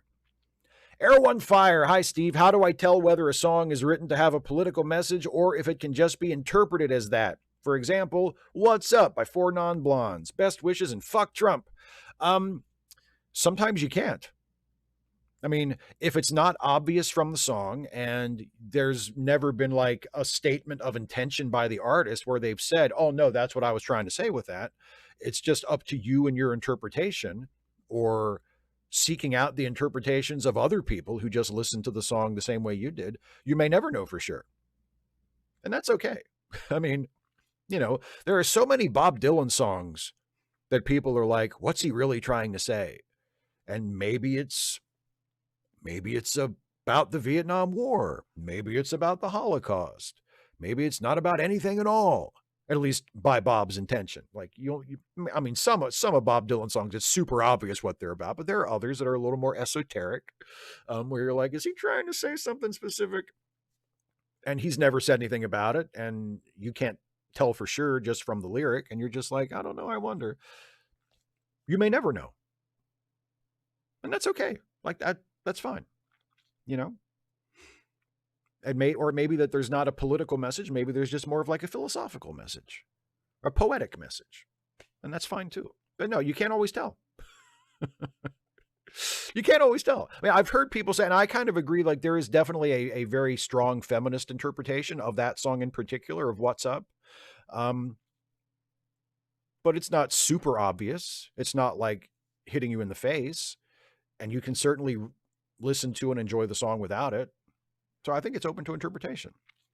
Glenn H. Viva J. Sherman. Viva Quebec. Hi, diddly ho, Steve Areno. I had a sillier question to pose, but I saw your video on Peter David and realized I had a more serious question about writing to ask. I have started writing as a hobby after taking a creative writing class, which I really enjoyed. I know that they say you need to keep writing to improve your skills, but I feel like I am missing one thing: feedback. I mostly write for myself, but I have no idea if it is any good and how I could make it better. Your scripted material is so well done. I was wondering if you had or still have anyone that you use to read and critique your work. Has it helped? Are there any avenues for aspiring writers to get regular feedback on their work? Or, since this is just a hobby, should I not even worry and just work in my happy little vacuum? I look forward to your response. Have a great show. Well, if you care about getting better, and especially if you're kind of just getting started, I do think it's important to show your work to other people. I'm sure you can find a writers group in your area or online that meet every so often and share each other's work. I mean, part of the deal is you'd have to read other people's stuff too. You couldn't, I mean, unless you have a friend, like if you have a friend or someone who is, willing to read your stuff just because they're interested or they're willing to do that for you, that's great too. But I would suggest looking for a writers group and just, be prepared. You're going to have to read other people's stuff too and give them feedback. Because it's only fair. But yeah, I do think that kind of thing is important. Especially when you're just starting out. It's important, and multiple people, not just one person. And especially not just someone who is only going to tell you that they think it's great. Like, my mom used to read my stuff when I would write in high school, and everything was wonderful. So, I mean, it was nice, but her opinion was useless. Like, you need someone who will critique you in good faith, who isn't just going to shit all over it and say, you suck, stop it. Who will critique in good faith and will be able to give you intelligent suggestions. And then you as the writer have to decide whether you take those suggestions or not. You have to decide whether their criticism is valid or useful to you, or whether you're better off saying thanks but disregarding it. Like that's your job as the writer. You don't just unthinkingly accept all the suggestions and go, okay, I'll change it in all these ways. Like, you're still in charge. You still know what story you were trying to tell, but no, I do think it's important.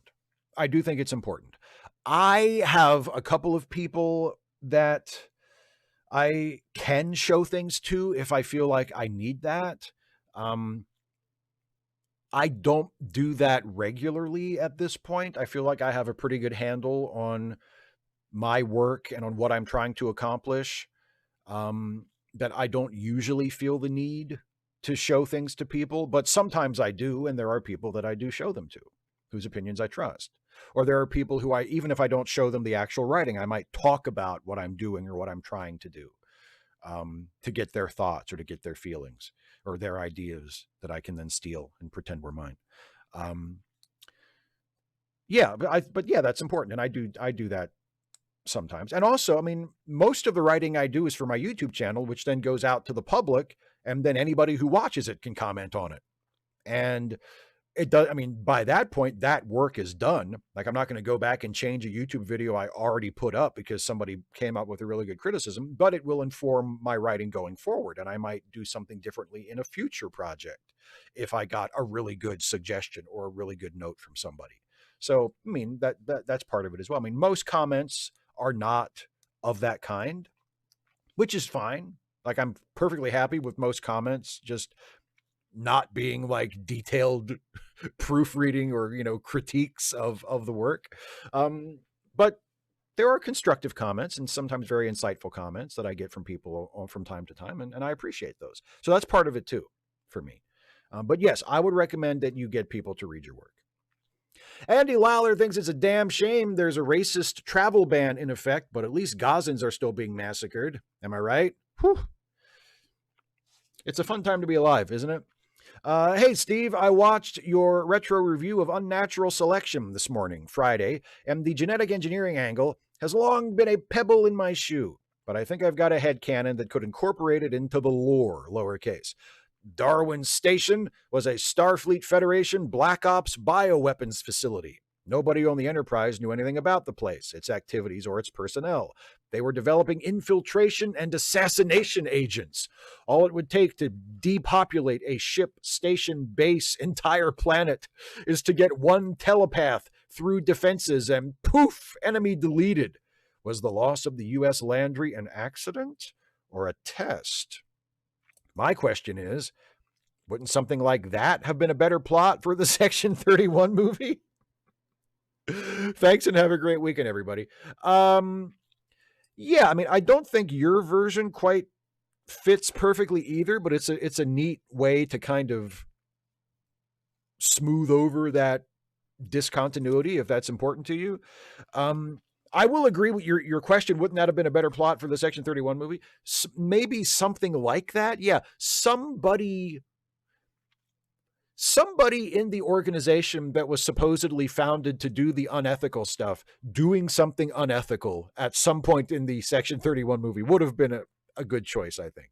That was one of the things that kind of had the Section 31 movie fall flat for me, was that, and again, not even going by what we've heard about it from previous Star Trek projects, like they establish in that movie that Section 31 is the Black Ops Starfleet agency that does the things that, legitimate Starfleet can't or won't do. They get their hands dirty in ways that Starfleet doesn't want to do, and they do the things that Starfleet doesn't want to touch, even though it's also obviously a Starfleet agency that is directly overseen by Starfleet personnel, which seems to defeat the entire purpose of the whole thing.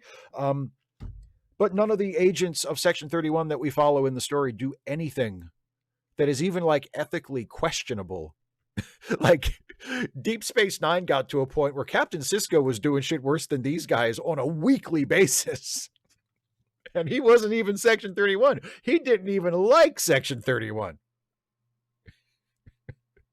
So that, yes, something troubling, something ethically problematic, something would have been better than what they did. Yeah. And finally, these are two questions from Russell, and then we'll be wrapping up the patron questions and member questions. Russell says, hey, Steve, this may be one of those rare occasions I used both member and Patreon askaways.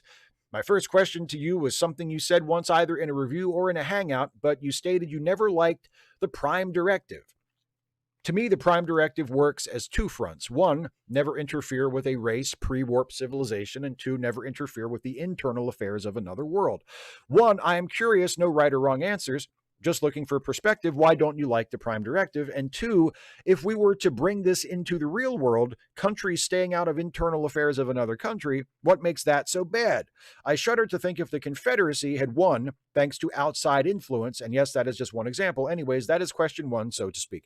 I'll answer that one. The don't interfere in the internal affairs of other countries part is fine. I think the only, from an outside the story perspective, from a Doyleist perspective, I think the Prime Directive is great because it gives the characters something to push against. Like, I would not want to not have the Prime Directive as a concept in Star Trek. I think it's a great thing to have for the purpose of driving a story and for creating moral conflict with the characters. But from an in-story perspective, my only real problem with it is when it's used as an excuse to let people die in natural disasters and stuff. Like when the Enterprise finds a planet where the entire population is about to die because, like in Star Trek Into Darkness, like a volcano is going to explode and kill off all of the native population on the planet. And it's possible for the Enterprise to just sneak in and stop the volcano from exploding without interfering in the culture of these people. and it'll keep them from dying, and they'll be able to just go on living. What's the problem with that? Like, what's wrong with that? You're not affecting the evolution of a culture. You're not polluting them. You're just stopping them from being destroyed by a natural disaster like that. And the prime directive is often cited in those situations. And I'm like, I don't like that. I don't think that's right. So that's my big problem with it. But the idea of countries staying out of each other's internal affairs, I think that's completely, that part of it I don't really have a problem with. And second question from Russell. Sorry, Steve, don't hate. But for me, tomorrow is going to be a fun topic on another YouTube channel, provided I can make it, regarding the Buffy episode Normal Again. And I thought about using DS9's Far Beyond the Stars as a comparison, and Image in the Sand, the follow-up episode, again as a comparison. What do you think? First off, it's apples, or is it apples and oranges? Also, what kind of insight would you give about the episode Normal Again? Thank you, Steve, for all that you do. I truly mean that. Well, thank you, my friend. I mean, Normal Again is the one that has the ambiguous ending, which I don't think Far Beyond the Stars or Image in the Sand have. In Far Beyond the Stars and Image in the Sand, I think it's pretty clear that the visions of Benny Russell are just that, are visions, right? Like, that's not a real guy who actually lived. That's a manifestation of Cisco. That's a vision that Cisco is having. It's not real. Whereas in Normal Again, and also, like, he's a different guy from Cisco. Like, he writes a story that contains a character that is Cisco. So there's maybe an implication of, oh, he ran a Deep Space Nine is because Benny Russell made it up, right? But they're different people, even though they're played by the same actor, and they're obviously closely connected, because it's Cisco envisioning himself in that role. But in Normal Again, it's Buffy. And it's Buffy in a mental institution hallucinating her life as the Slayer. So both people are her, just in radically different situations. And Normal Again has that ending where it's open to interpretation. It doesn't come out and tell you the entire series is just in Buffy's head. But it does leave the door open so that if you wanted to interpret it that way, if you wanted to say, because I think that the plot is, oh, a demon has made her think this, right? Like, a demon has cursed her to think that her life as the Slayer is just a delusion. But that could just be part of the delusion that she really has, because she has a very serious mental illness, right? So if you wanted to interpret it that way, you could. Like, the text gives you the option, although I don't think you're necessarily being pushed in that direction, but the option is there in the text, where they give you this, the door is left open where you can say, maybe it is all in her head. Maybe she has just imagined the entire series. Whereas with Deep Space Nine, I guess you could still do that. You could still bring that to the episode. You could still decide for yourself that that's how you want to interpret it. But the episode itself doesn't leave that open. It doesn't say it's equally possible that Cisco is the fictional character and Benny Russell is the real guy. Like, I don't think it doesn't work quite the same way. But very similar conceits in many ways. But yeah, so I hope that helps. I hope that helps with what you're going to do. All right, that's it for the patron and member questions. I'm going to turn my full attention to the live chat. But before that, it's time for a brand new Stuffy and Friends short. Now, as always, this short will go up on its own as a standalone short tomorrow on this channel right here, my channel. But because you're watching Ask Away, you get to see it before anybody else. So please do now enjoy this brand new Stuffy and Friends short.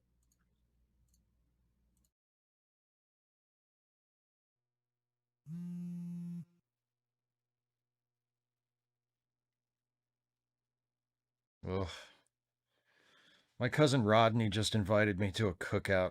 I take it you won't be attending. That's a hard no. Why is that then? This is my right-wing cousin Rodney. I don't exactly mix well with that part of the family.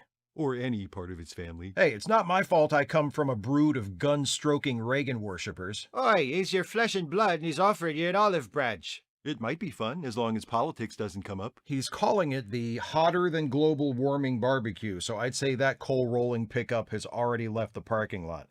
And since when are you the guy who tells people to look beyond their political differences? You didn't let me finish, you chatty blurts. Your cousin's offered you an olive branch, which means you can smash his face in and set a torch to his house and he'll never see it coming. Do you want to be my plus one? Ta-da! Yes, Joe. Time to get stuffed. All right, let's hang out with the chat for a little while, shall we? Let me catch up on some super chats that have dropped in since I started paying more attention to the patron questions. There was a member message from Damian Williams who said, Superman bringing us the iconic look back. I think the DCU Batman needs to give us classic blue and gray Neil Adams art Batman. Do you agree with me? I certainly don't have a problem with it. I certainly don't have a problem with it at all. I would be interested to see what that would look like in this more colorful world that it seems like James Gunn is trying to establish. I'd be all for it. Also, there was a super chat from Isaiah Taylor. Thank you very much, my friend, who says, I like the Wrath of Khan design too. Mine would have a rather more retro future, analog look, 50s or 80s, along with L cars of the time. I want to make them realistic and functional, elegant and smart. I agree. I think that's a really good principle to go by. And also a super chat from John Burns, who says, thank you, my friend, says, Trump and Elon, this is what it sounds like when doves cry. Tomorrow, the 80th Calgary Stampeders season starts, as this is the 80th year since World War II. Go Stampeders! Okay. John Collins says, what is the tier which includes priority answering of comments on YouTube? I don't think I have that.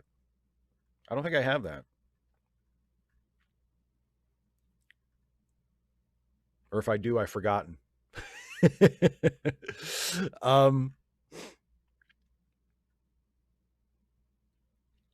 Simon Moody says, Seth Meyers did a Werner Herzog impression the other day. Immediately made me think of and picture Klaus. You mean Hans? Hans. His name is Hans, not Klaus. I need help, but I'm glad. Even though you got the name wrong, I'm glad that he made me that you thought of our dear friend Hans. I saw that Seth Meyers does a pretty good Werner Herzog. Let me see. Dana says, I'm painting. Good for you. I'm sure whatever you're painting is beautiful.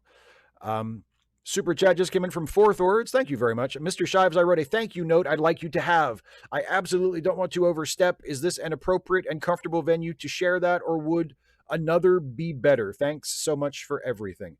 I mean, if it's like a personal thank you note, you can just... I mean, is it like a physical thank you note that you want to send me in the mail? I don't actually have a post office box right now, and I'm not really comfortable giving out my home address. So if it's that, I would have to say thank you, but no thank you. But if it's just something you can like send me in a private message on Patreon or an email or something, that'd be fine. 255 AD says, I want to say I didn't think of the AI thing in terms of stolen labor. You got me to consider my position by putting it in those terms, since I strongly believe in the right to withhold labor. Yeah, there you go. There you go. Barbara Kruger says, when will Stuffy and Friends make a mini movie? Detective Stuffy. You know, if I did that, it wouldn't be Detective Stuffy. It would be Detective Jack, because the Stuffy videos that I do now, they are still in the same, and I hate talking about it like this, but I don't know how else to describe it. They're in continuity with the older Steve and Stuffy shorts. They're in the same universe. Like all the stuff that happened in the older Steve and Stuffy videos still happened to these characters as we see them now. And Jack was part of a detective agency, a private detective agency. And Jack still has that acumen and that interest. Like, even though we haven't really seen that from him in the more recent stuff, Jack, you know, if there was a crime to be investigated or a case or a mystery or whatever, Jack would be the one to take charge, as ludicrous as that might sound. So it wouldn't be Detective Stuffy, it would be Detective Jack. If I wrote a story called Detective Stuffy, I think Jack would come to life and kill me. Darylette says, did you know Nancy Pelosi's dad was one-time mayor of Baltimore? Did you anticipate the Latino community playing the ethnic card over Jonathan Joss's murder? Yes, I did know about Nancy Pelosi's dad being from Baltimore and being the mayor. I did know that. And no, I did not anticipate the Latino community playing the ethnic card. But to be fair, I don't exactly know what you're talking about. I haven't followed the story that closely to know exactly what you're referring to. Steve Schmalik says, did you hear about former Illinois Congressman Joe Walsh? The guy from the Eagles is a Democrat now. I think it's a different Joe Walsh, but Knit and Crochet Tiger says, I predict in a few days Elon will be outside the window of the Oval Office holding a boombox over his head playing a love song for Trump. That's not nearly a 4chan enough reference for Elon to do. Elon would only do a pop culture reference if he thought it would impress message board mutants. So he wouldn't do the fucking, hold the John Cusack holding up the boombox thing. How about a Dropbox link to a PDF? Sure. I think I could do that. Yeah. Yeah, you could just send me a link or something.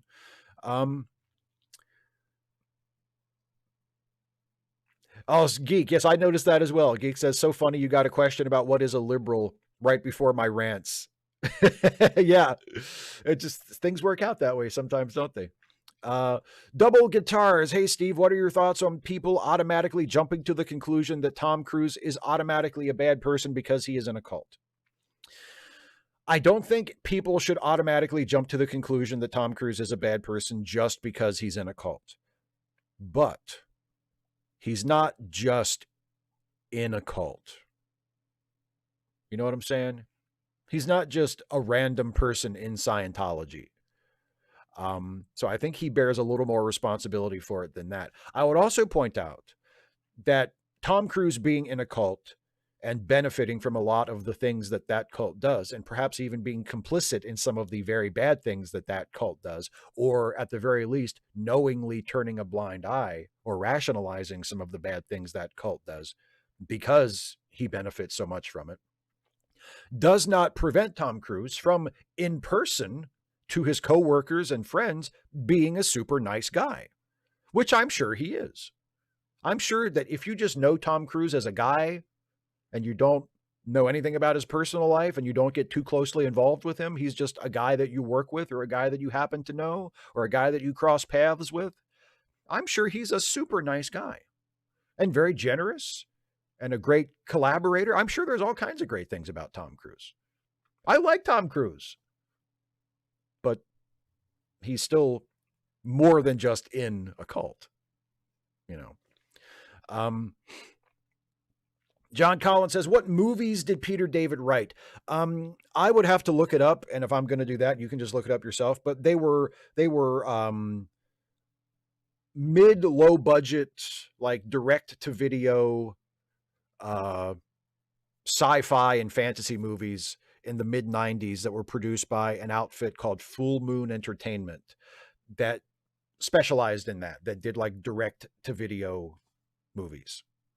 They're like some, like sci-fi horror movie type stuff. 255 AD, does Mama Frontini's Pizza exist? No. I went through several different versions of the name when I was writing it because I didn't want it to be something that exists, that actually exists. No, Mama Frontini's is not, it's definitely not a brand of pizza, and Frontini is a name that at least when I Googled it, it didn't come up with a lot of results. So no, there is no Mama Frontini's Pizza, and there may not be a Mama Frontini's anything. Steve Schmeling, which is funnier, Akbar's It's a Trap or Worf's It's a Trick? Worf's It's a Trick is funnier because the stakes are so much lower and it's more instinctive. It's just pure reflex. Like when Akbar says it's a trap, like some pretty heavy shit is about to happen. Like that's a serious situation. When Worf goes, it's a trick, because like they just beamed up an older person than they thought, and you can't even follow his logic as to like what he's even upset about. Like, I think that is funnier. Kara says, what if we crowdfunded to buy you a case of Canada Dry ginger ale, or would you rather have the money to do with as you choose? I can buy my own Canada Dry just fine, as you can see. I would listen, and this goes for not just me, but probably everybody. It's always better to have the money. It's always better to have the money. No, but I don't need help buying Canada Dry. I've got multiple cases of it in my house right now, but I appreciate the offer.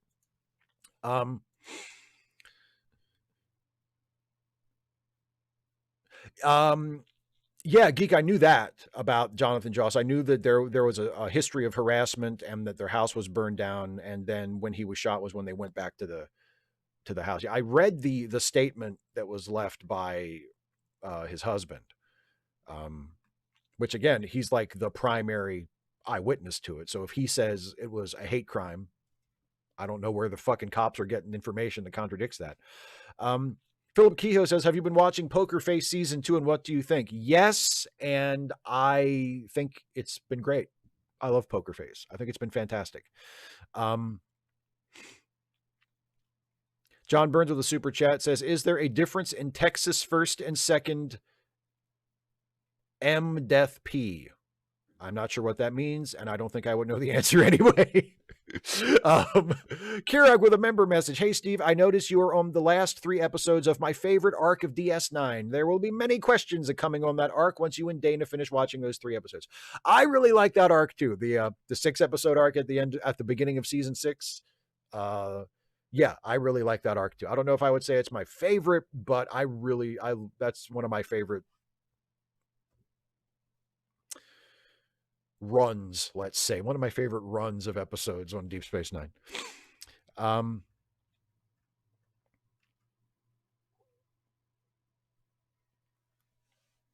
Steve Spelling says, I know it's a different Joe Walsh. I also prefer his solo work and from the James Gang.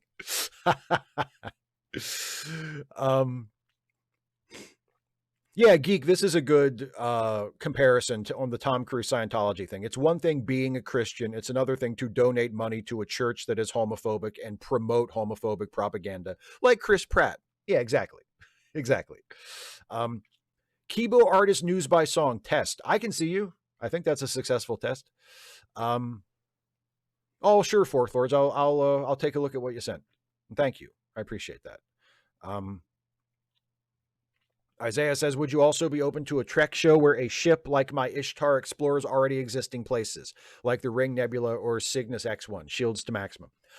Yeah, I think it's a neat idea. I mean, I don't think that by itself would be enough of a premise to like totally sell me on the show. But as we talked about when you mentioned it in the Hangout, I mean, I do think it's a cool idea. And it would be a different kind of Star Trek show because presumably much more of the drama and the conflict would have to come from internally on the ship, like between the characters, as opposed to, space battles and morality plays when they, visit different planets and stuff. So I do think it's a neat idea. Captain, I prefer Worf's no, sir. No, sir, it is a gorge. Yes, from a very underrated Star Trek movie, Insurrection. Joe McClory says, exactly this, the good person, bad person, dicyanamide is bullshit. People are far more complicated than that, or Sandman would not be so meaningful to people and also molest some of them. Yeah. And like the good stuff doesn't erase the bad, and unless the bad stuff is really fucking bad, the bad stuff doesn't always erase the good either. So it's not about letting anybody off the hook or sweeping anything under the rug. It's just things are complicated. Like I really like Tom Cruise as an actor. I think he's a good actor, which is by itself a somewhat controversial statement, but I think he's a good actor. And I think, like I said, in person, if you're a coworker of his, a colleague of his, he's probably a super nice guy and he probably does a lot to help people.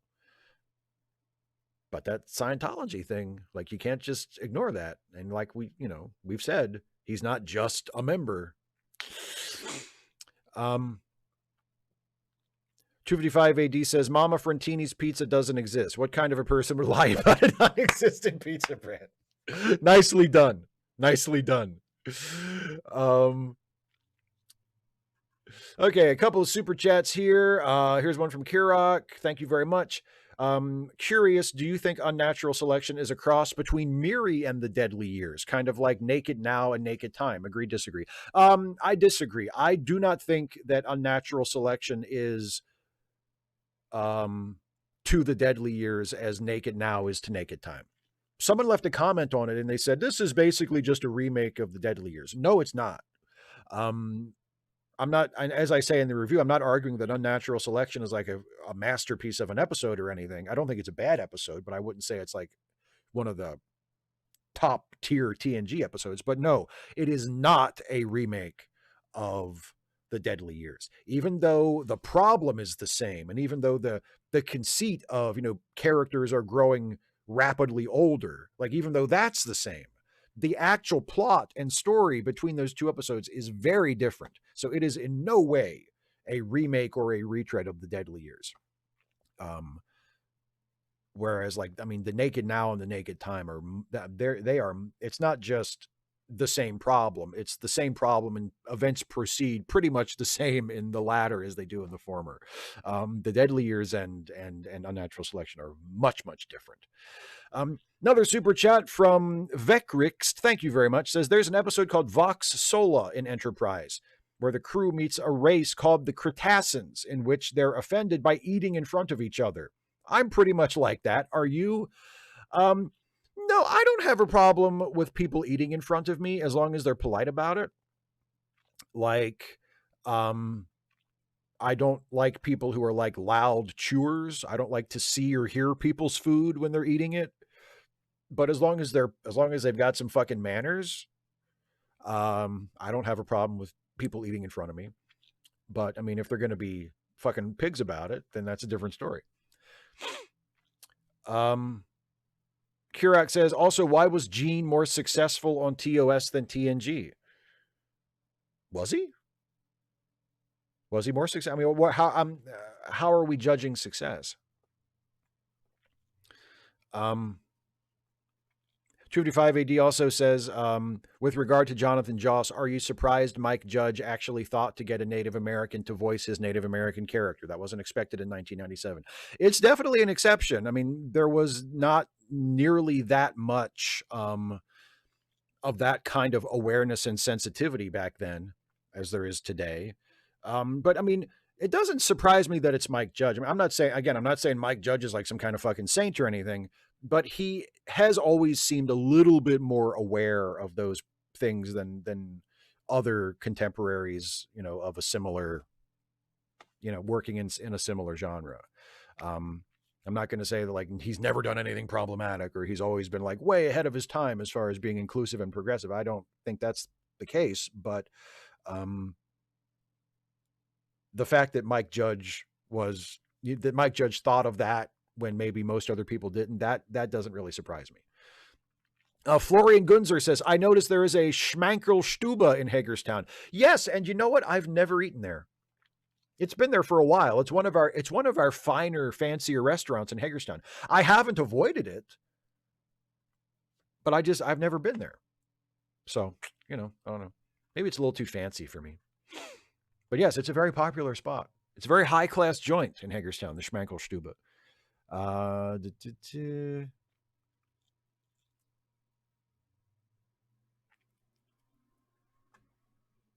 Dana says, do you think Tom Cruise being a really cool guy is just more acting? Perhaps.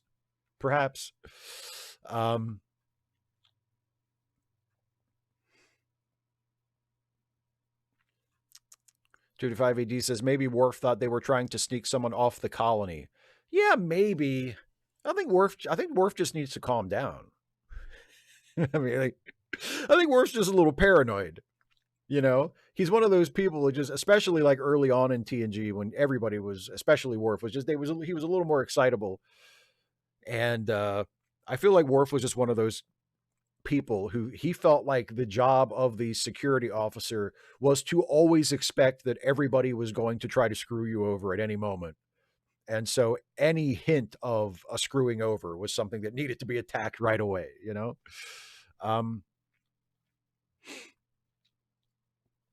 Flora, no, yeah, I haven't. And again, not being, not avoiding it on purpose. I'm sure it's great. I've heard very good things about it, but no, I've never actually been there. I have been to the Bavarian Inn quite a few times.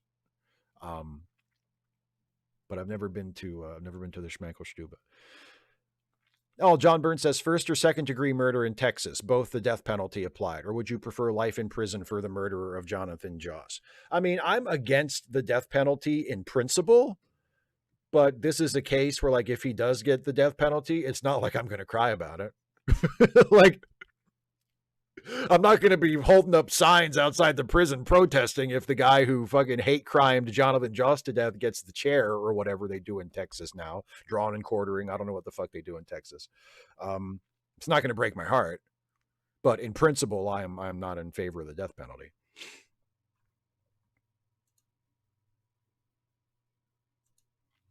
Another super chat from Isaiah. Thank you once again, my friend. It will be tricky, but I'm thinking of a sort of day in the life series focusing on the crew and their duties, their lives, and what it all means to be the first humans to go this far. Pensive. I like that, but again, remember, I mean, you've got to tell a story. You know, it doesn't have to be like an action-packed. It can be a more thoughtful, sort of slow-paced, character-driven story. I think that's fine. I think that's great. But it can't just be, let's follow these guys around for an hour and nothing really happens. Like, there needs to be a story. It doesn't have to be like an action adventure story like Star Trek typically is. Kirak says also Worf was a better character in Deep Space Nine. Oh, for sure. I agree with that completely. Joe says, anyone else who, to me and anyone else who does writing, do you think I should finish a draft before I show it to anyone or do editing? I would say if you have reached a point in the story where you're not exactly sure where you're going to take it and you want people to read it so you can sort of get their thoughts on it or maybe solicit suggestions from them or, you know, that sort of thing, then yes. Like if you feel like you need to show it to people before you can continue, then yes, then show it to someone unfinished. But if you think you have it in you to go ahead and finish it, then I would say do that before showing it to people. And then just be prepared to make, you know, if someone reads it and comes up with a bunch of notes that you think are great and would really help it, then, you know, be prepared to do some rewriting. But if you feel like you've got it in you right now to finish a draft, I would say do that first and then show it to people. But like other people might have different opinions. Yeah, Steven. Yeah, kill it was early TNG Worf's only personality trait. Kill it and screw those people.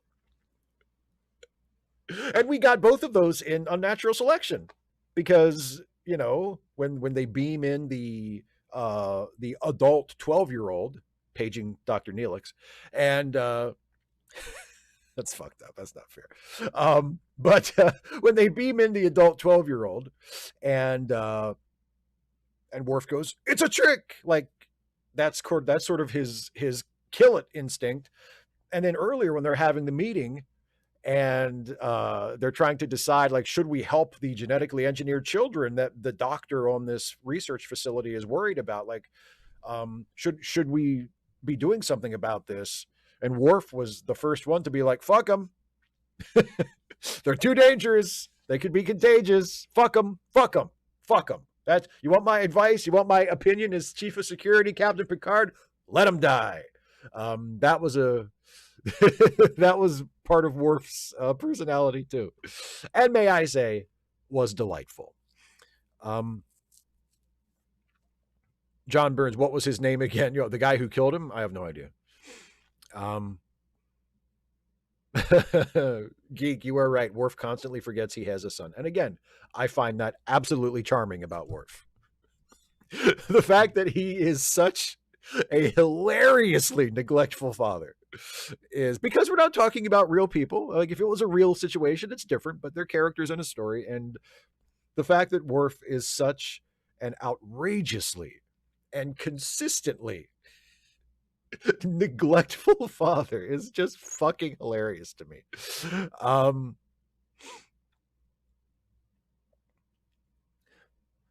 255 AD says, with regard to bringing back King of the Hill in this day and age, is a show that humanizes conservative Texans not like having a show that humanizes regular people? Well, no, because King of the Hill never really humanized conservative people by saying their backwards beliefs are okay.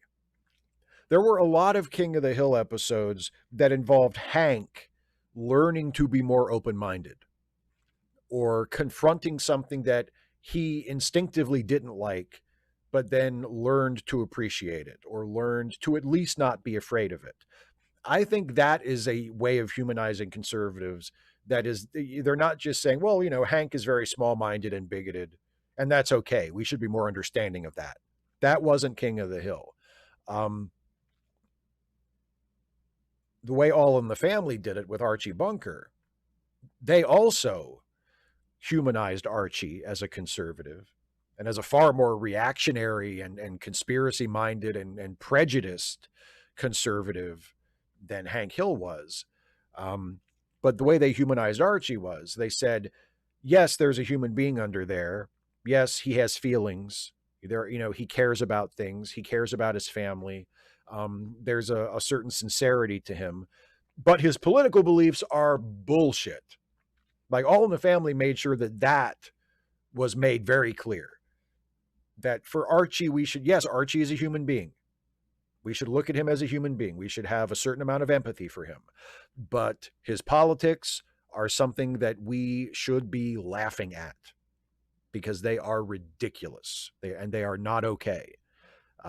So that's fine too. The only kind of humanizing of a conservative that I would think would be a problem, like you're describing as, humanizing a Nazi party member, would be if you were humanizing them in a way that said, yes, we should be accepting of them as human beings, and also we should cut them a lot of slack on their political beliefs because they're only human. Like that I think is not good.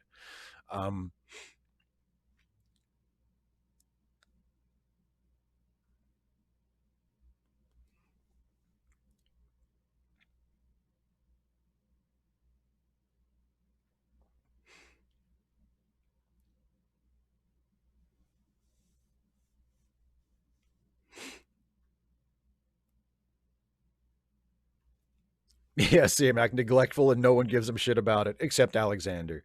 And who cares about Alexander?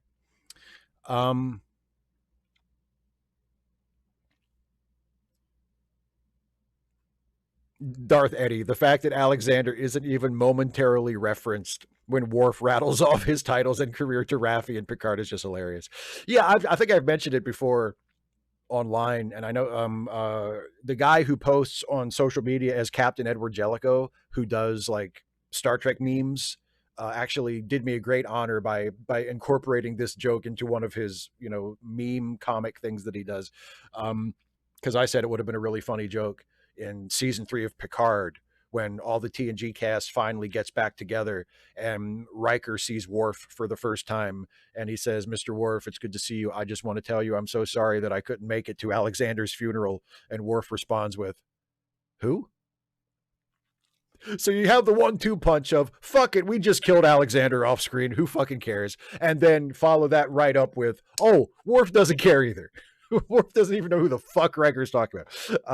I thought that would have been hilarious. Obviously, either they didn't think of it or they thought it would have been too heartless. But I can promise you, if I had been writing that show, it 100% would have been in there. Ryan Clark says Nightwing in the new DCU. Will Gunn nail it and get the character fully over into mainstream? If anybody can, James Gunn can. I mean, Nightwing. Hello, I love Nightwing. I would love to see a really great live action version of Nightwing. And I mean, I think it can. If the general public saw a really good version of Nightwing that represented the best parts of the character from the comics, I think, yeah, he would have a big mainstream breakthrough, and a lot of people would really fall in love with that character, because I think he's a great character. And he's a really likable, easy character to follow, you know? So yeah, I think it's, I mean, fingers crossed. Like I just want good movies. Like, I don't give a fuck if Nightwing's in them or not. I just want good movies. But if they make good movies and Nightwing's in one of them or a few of them, and he gets over with the general public like he hasn't yet, outside of the comic book readers, and Nightwing becomes a super popular character, and we get like a really awesome movie version of Nightwing, I'll take that.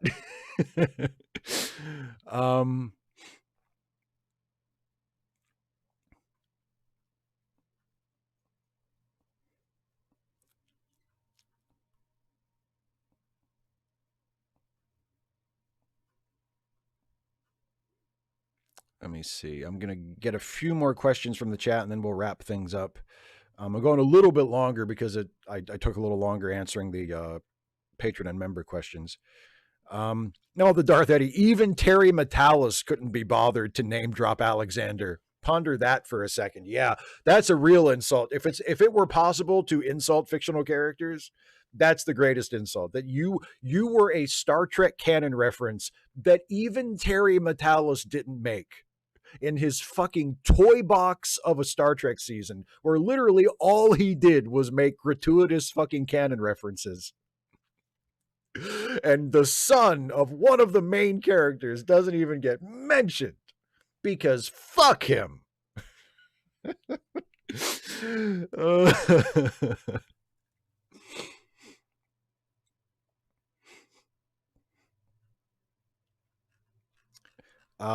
John Burns of the super chat, wasn't Alexander's mom the more logical parent? Oh, definitely. Yeah. I think before she got totally murdered, I think she was clearly the, she it was good that Alexander stayed with her. Oh, Joe, haha, LOL, but Steve, you have Titans. You guys with your jokes.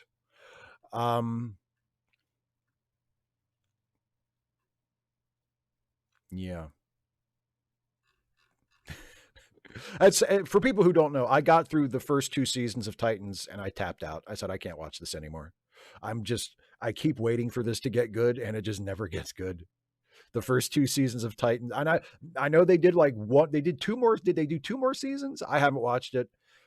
If it gets better, nice, good for you. Good for those of you who watched it. I watched the first 2 seasons, and it was fucking dreck. It was fucking garbage. I liked the Doom Patrol episode, and probably not coincidentally, when Doom Patrol got its own show, I thought that was great. The Doom Patrol series was amazing. I loved the Doom Patrol series on HBO Max. I thought it was fantastic. I loved it. Titans, fucking garbage. Fucking garbage from top to bottom. So Ian Glenn was an okay Bruce Wayne. I liked Ian Glenn as Bruce Wayne. And most of the actors were fine, like in terms of casting. Like it was the writing. It was fucking awful. It was just a really fucking terrible show. Which is why it's funny that Joe was teasing me about saying, but you got Titans. Anyway, all right. Let's wrap this baby up. Justin says, didn't Alexander have a son? I don't know. God, I hope not. Super chat from Kirok says, I need sleep. I have an early morning tomorrow. Thanks for answering my question, Steve. I hope you and everyone has a good evening. Thank you, my friend. Let me wrap this baby up, and then we can all have a good evening. So, and if anybody has any final questions or comments, go ahead and throw them in the chat, and I'll take one more look before we wrap things up for good. But thank you all so much for watching, for your awesome questions and comments and so forth. If you enjoy these live streams, if you enjoy what I do on YouTube just in general, and you would like to help me to continue doing it, one really good way to do that is to become a patron of this channel, which you can do by going to patreon.com/Steve Shives. You can also click the join button here on the YouTube channel to become a member of the channel. And either way, if you become a supporter by being a patron or a channel member, for any pledge of $1 a month or more, one of the benefits that you unlock for yourself is you get to submit questions early for these Ask Away live streams. And those are the questions that I always answer in the first part of the show. So if you have a question for me that you want to see me answer on a live stream and you want to be guaranteed that I will see it and I will answer it to the best of my ability, become a patron or become a member, and you can submit questions ahead of time for these twice monthly Ask Away live streams. So again, click the join button or patreon.com/Steve Shives. Also, if you enjoy the YouTube stuff that I do, you might be interested to know, if you don't already, that I'm a co-host on a couple of awesome podcasts. They are a part of the Let Me Listen family of podcasts. Both are created by and co-hosted by the brilliant and amazing and hilarious Jason Harding, who is my very best friend in the whole world. And there's Late Seating, the movie review podcast, where Jason and I take a look at classic films and see if they deserve whatever reputation they have, be it good or bad. Our most recent episode of Late Seating is our review of the Terry Gilliam classic Brazil, which, spoiler alert, we both really like. So if you want to hear us talk about how much we love Brazil and also make jokes about it, listen to Late Seating. And also, in addition to Late Seating, I'm also on the Ensign's Log podcast, which is a Star Trek improv comedy podcast where myself and Jason and our partner in crime, Amanda Billings, I almost forgot Amanda's name. Amanda Billings, we play original characters who exist in the Star Trek universe, and we kind of have our own things going on while the events of, at this point, Star Trek Deep Space Nine are kind of happening in the background of our show. We kind of refer to stuff that's happening on Deep Space Nine, but it's mostly about our own misadventures and hijinks. And former cast member Dana Cole may be coming back for our season finale. I haven't cleared it with Jason yet. But if Jason is okay with it and Dana can make it, she may be returning for the season finale, which we are recording in a couple of weeks. And hopefully Dana will also be back with us for the Ensign's Log end of season Q&A live stream, which will be happening on this channel at some point in the next couple of months. I'm not exactly sure when, but we always do it during our hiatus between seasons, and that's coming up. So anyway, the Ensign's Log, if you like Star Trek, if you like funny Star Trek stuff, if you like watching or listening to people make fun of Star Trek, the Ensign's Log may be for you. So check it out. Links are in the description. It's all part of the Let Me Listen family of podcasts. Also, please don't forget, in addition to everything else, I saw Geek was putting links in the chat. Charitylinks.page is where you can go to find a bunch of the links that Geek was sharing in the chat, as well as some other resources and outlets to help out some friends of ours who need a helping hand, who are having trouble keeping food on the table, keeping the lights on, paying the bills, people who are in some financial distress.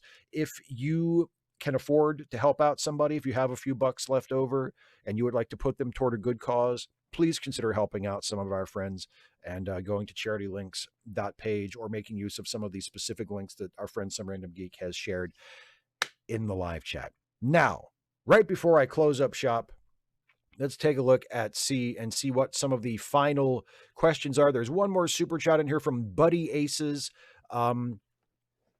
Thank you very much for the super chat, my friend. It says, "You're a grown man with a puppet show. Captivates more than it should." Thank you. I like the stuffy videos as well. They're not puppets, they're stuffed animals, but I appreciate the sentiment, and I'm glad you think so. I'm very proud of the stuffy videos. I've said many times, if the stuffy videos ever started getting like 1 million views a video, that's all I would do. I'd be perfectly happy writing Stuffy and Friends and just that for the rest of my fucking life.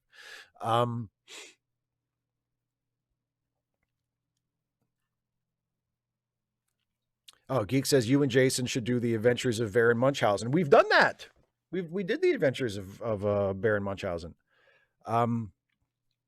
Stephen G. Clenart says the Love Conquers All cut of Brazil is something. I have never actually seen it, but I know that they just released a new Blu-ray. I think a new Criterion Collection edition of Brazil that has the Love Conquers All cut. I'm curious to check it out, but I've never actually watched it. I can kind of picture it in my mind. I think I kind of know like where it leaves off, but I've never actually watched it. But yes, I can't. It's boy, talk about studio people not getting the movie, right? 255 AD says the new King of the Hill is going to start with Hank having been out of the country for the last several years. Does that sound like a cop out to avoid some obvious stuff? Yeah, maybe. But it was might have been the easiest way to do that. I'm not sure. I will not judge the show until I actually see it. But yeah, it could have been just a shortcut. Kara says it's been a lot of fun. I'm glad you think so. It's been fun for me too.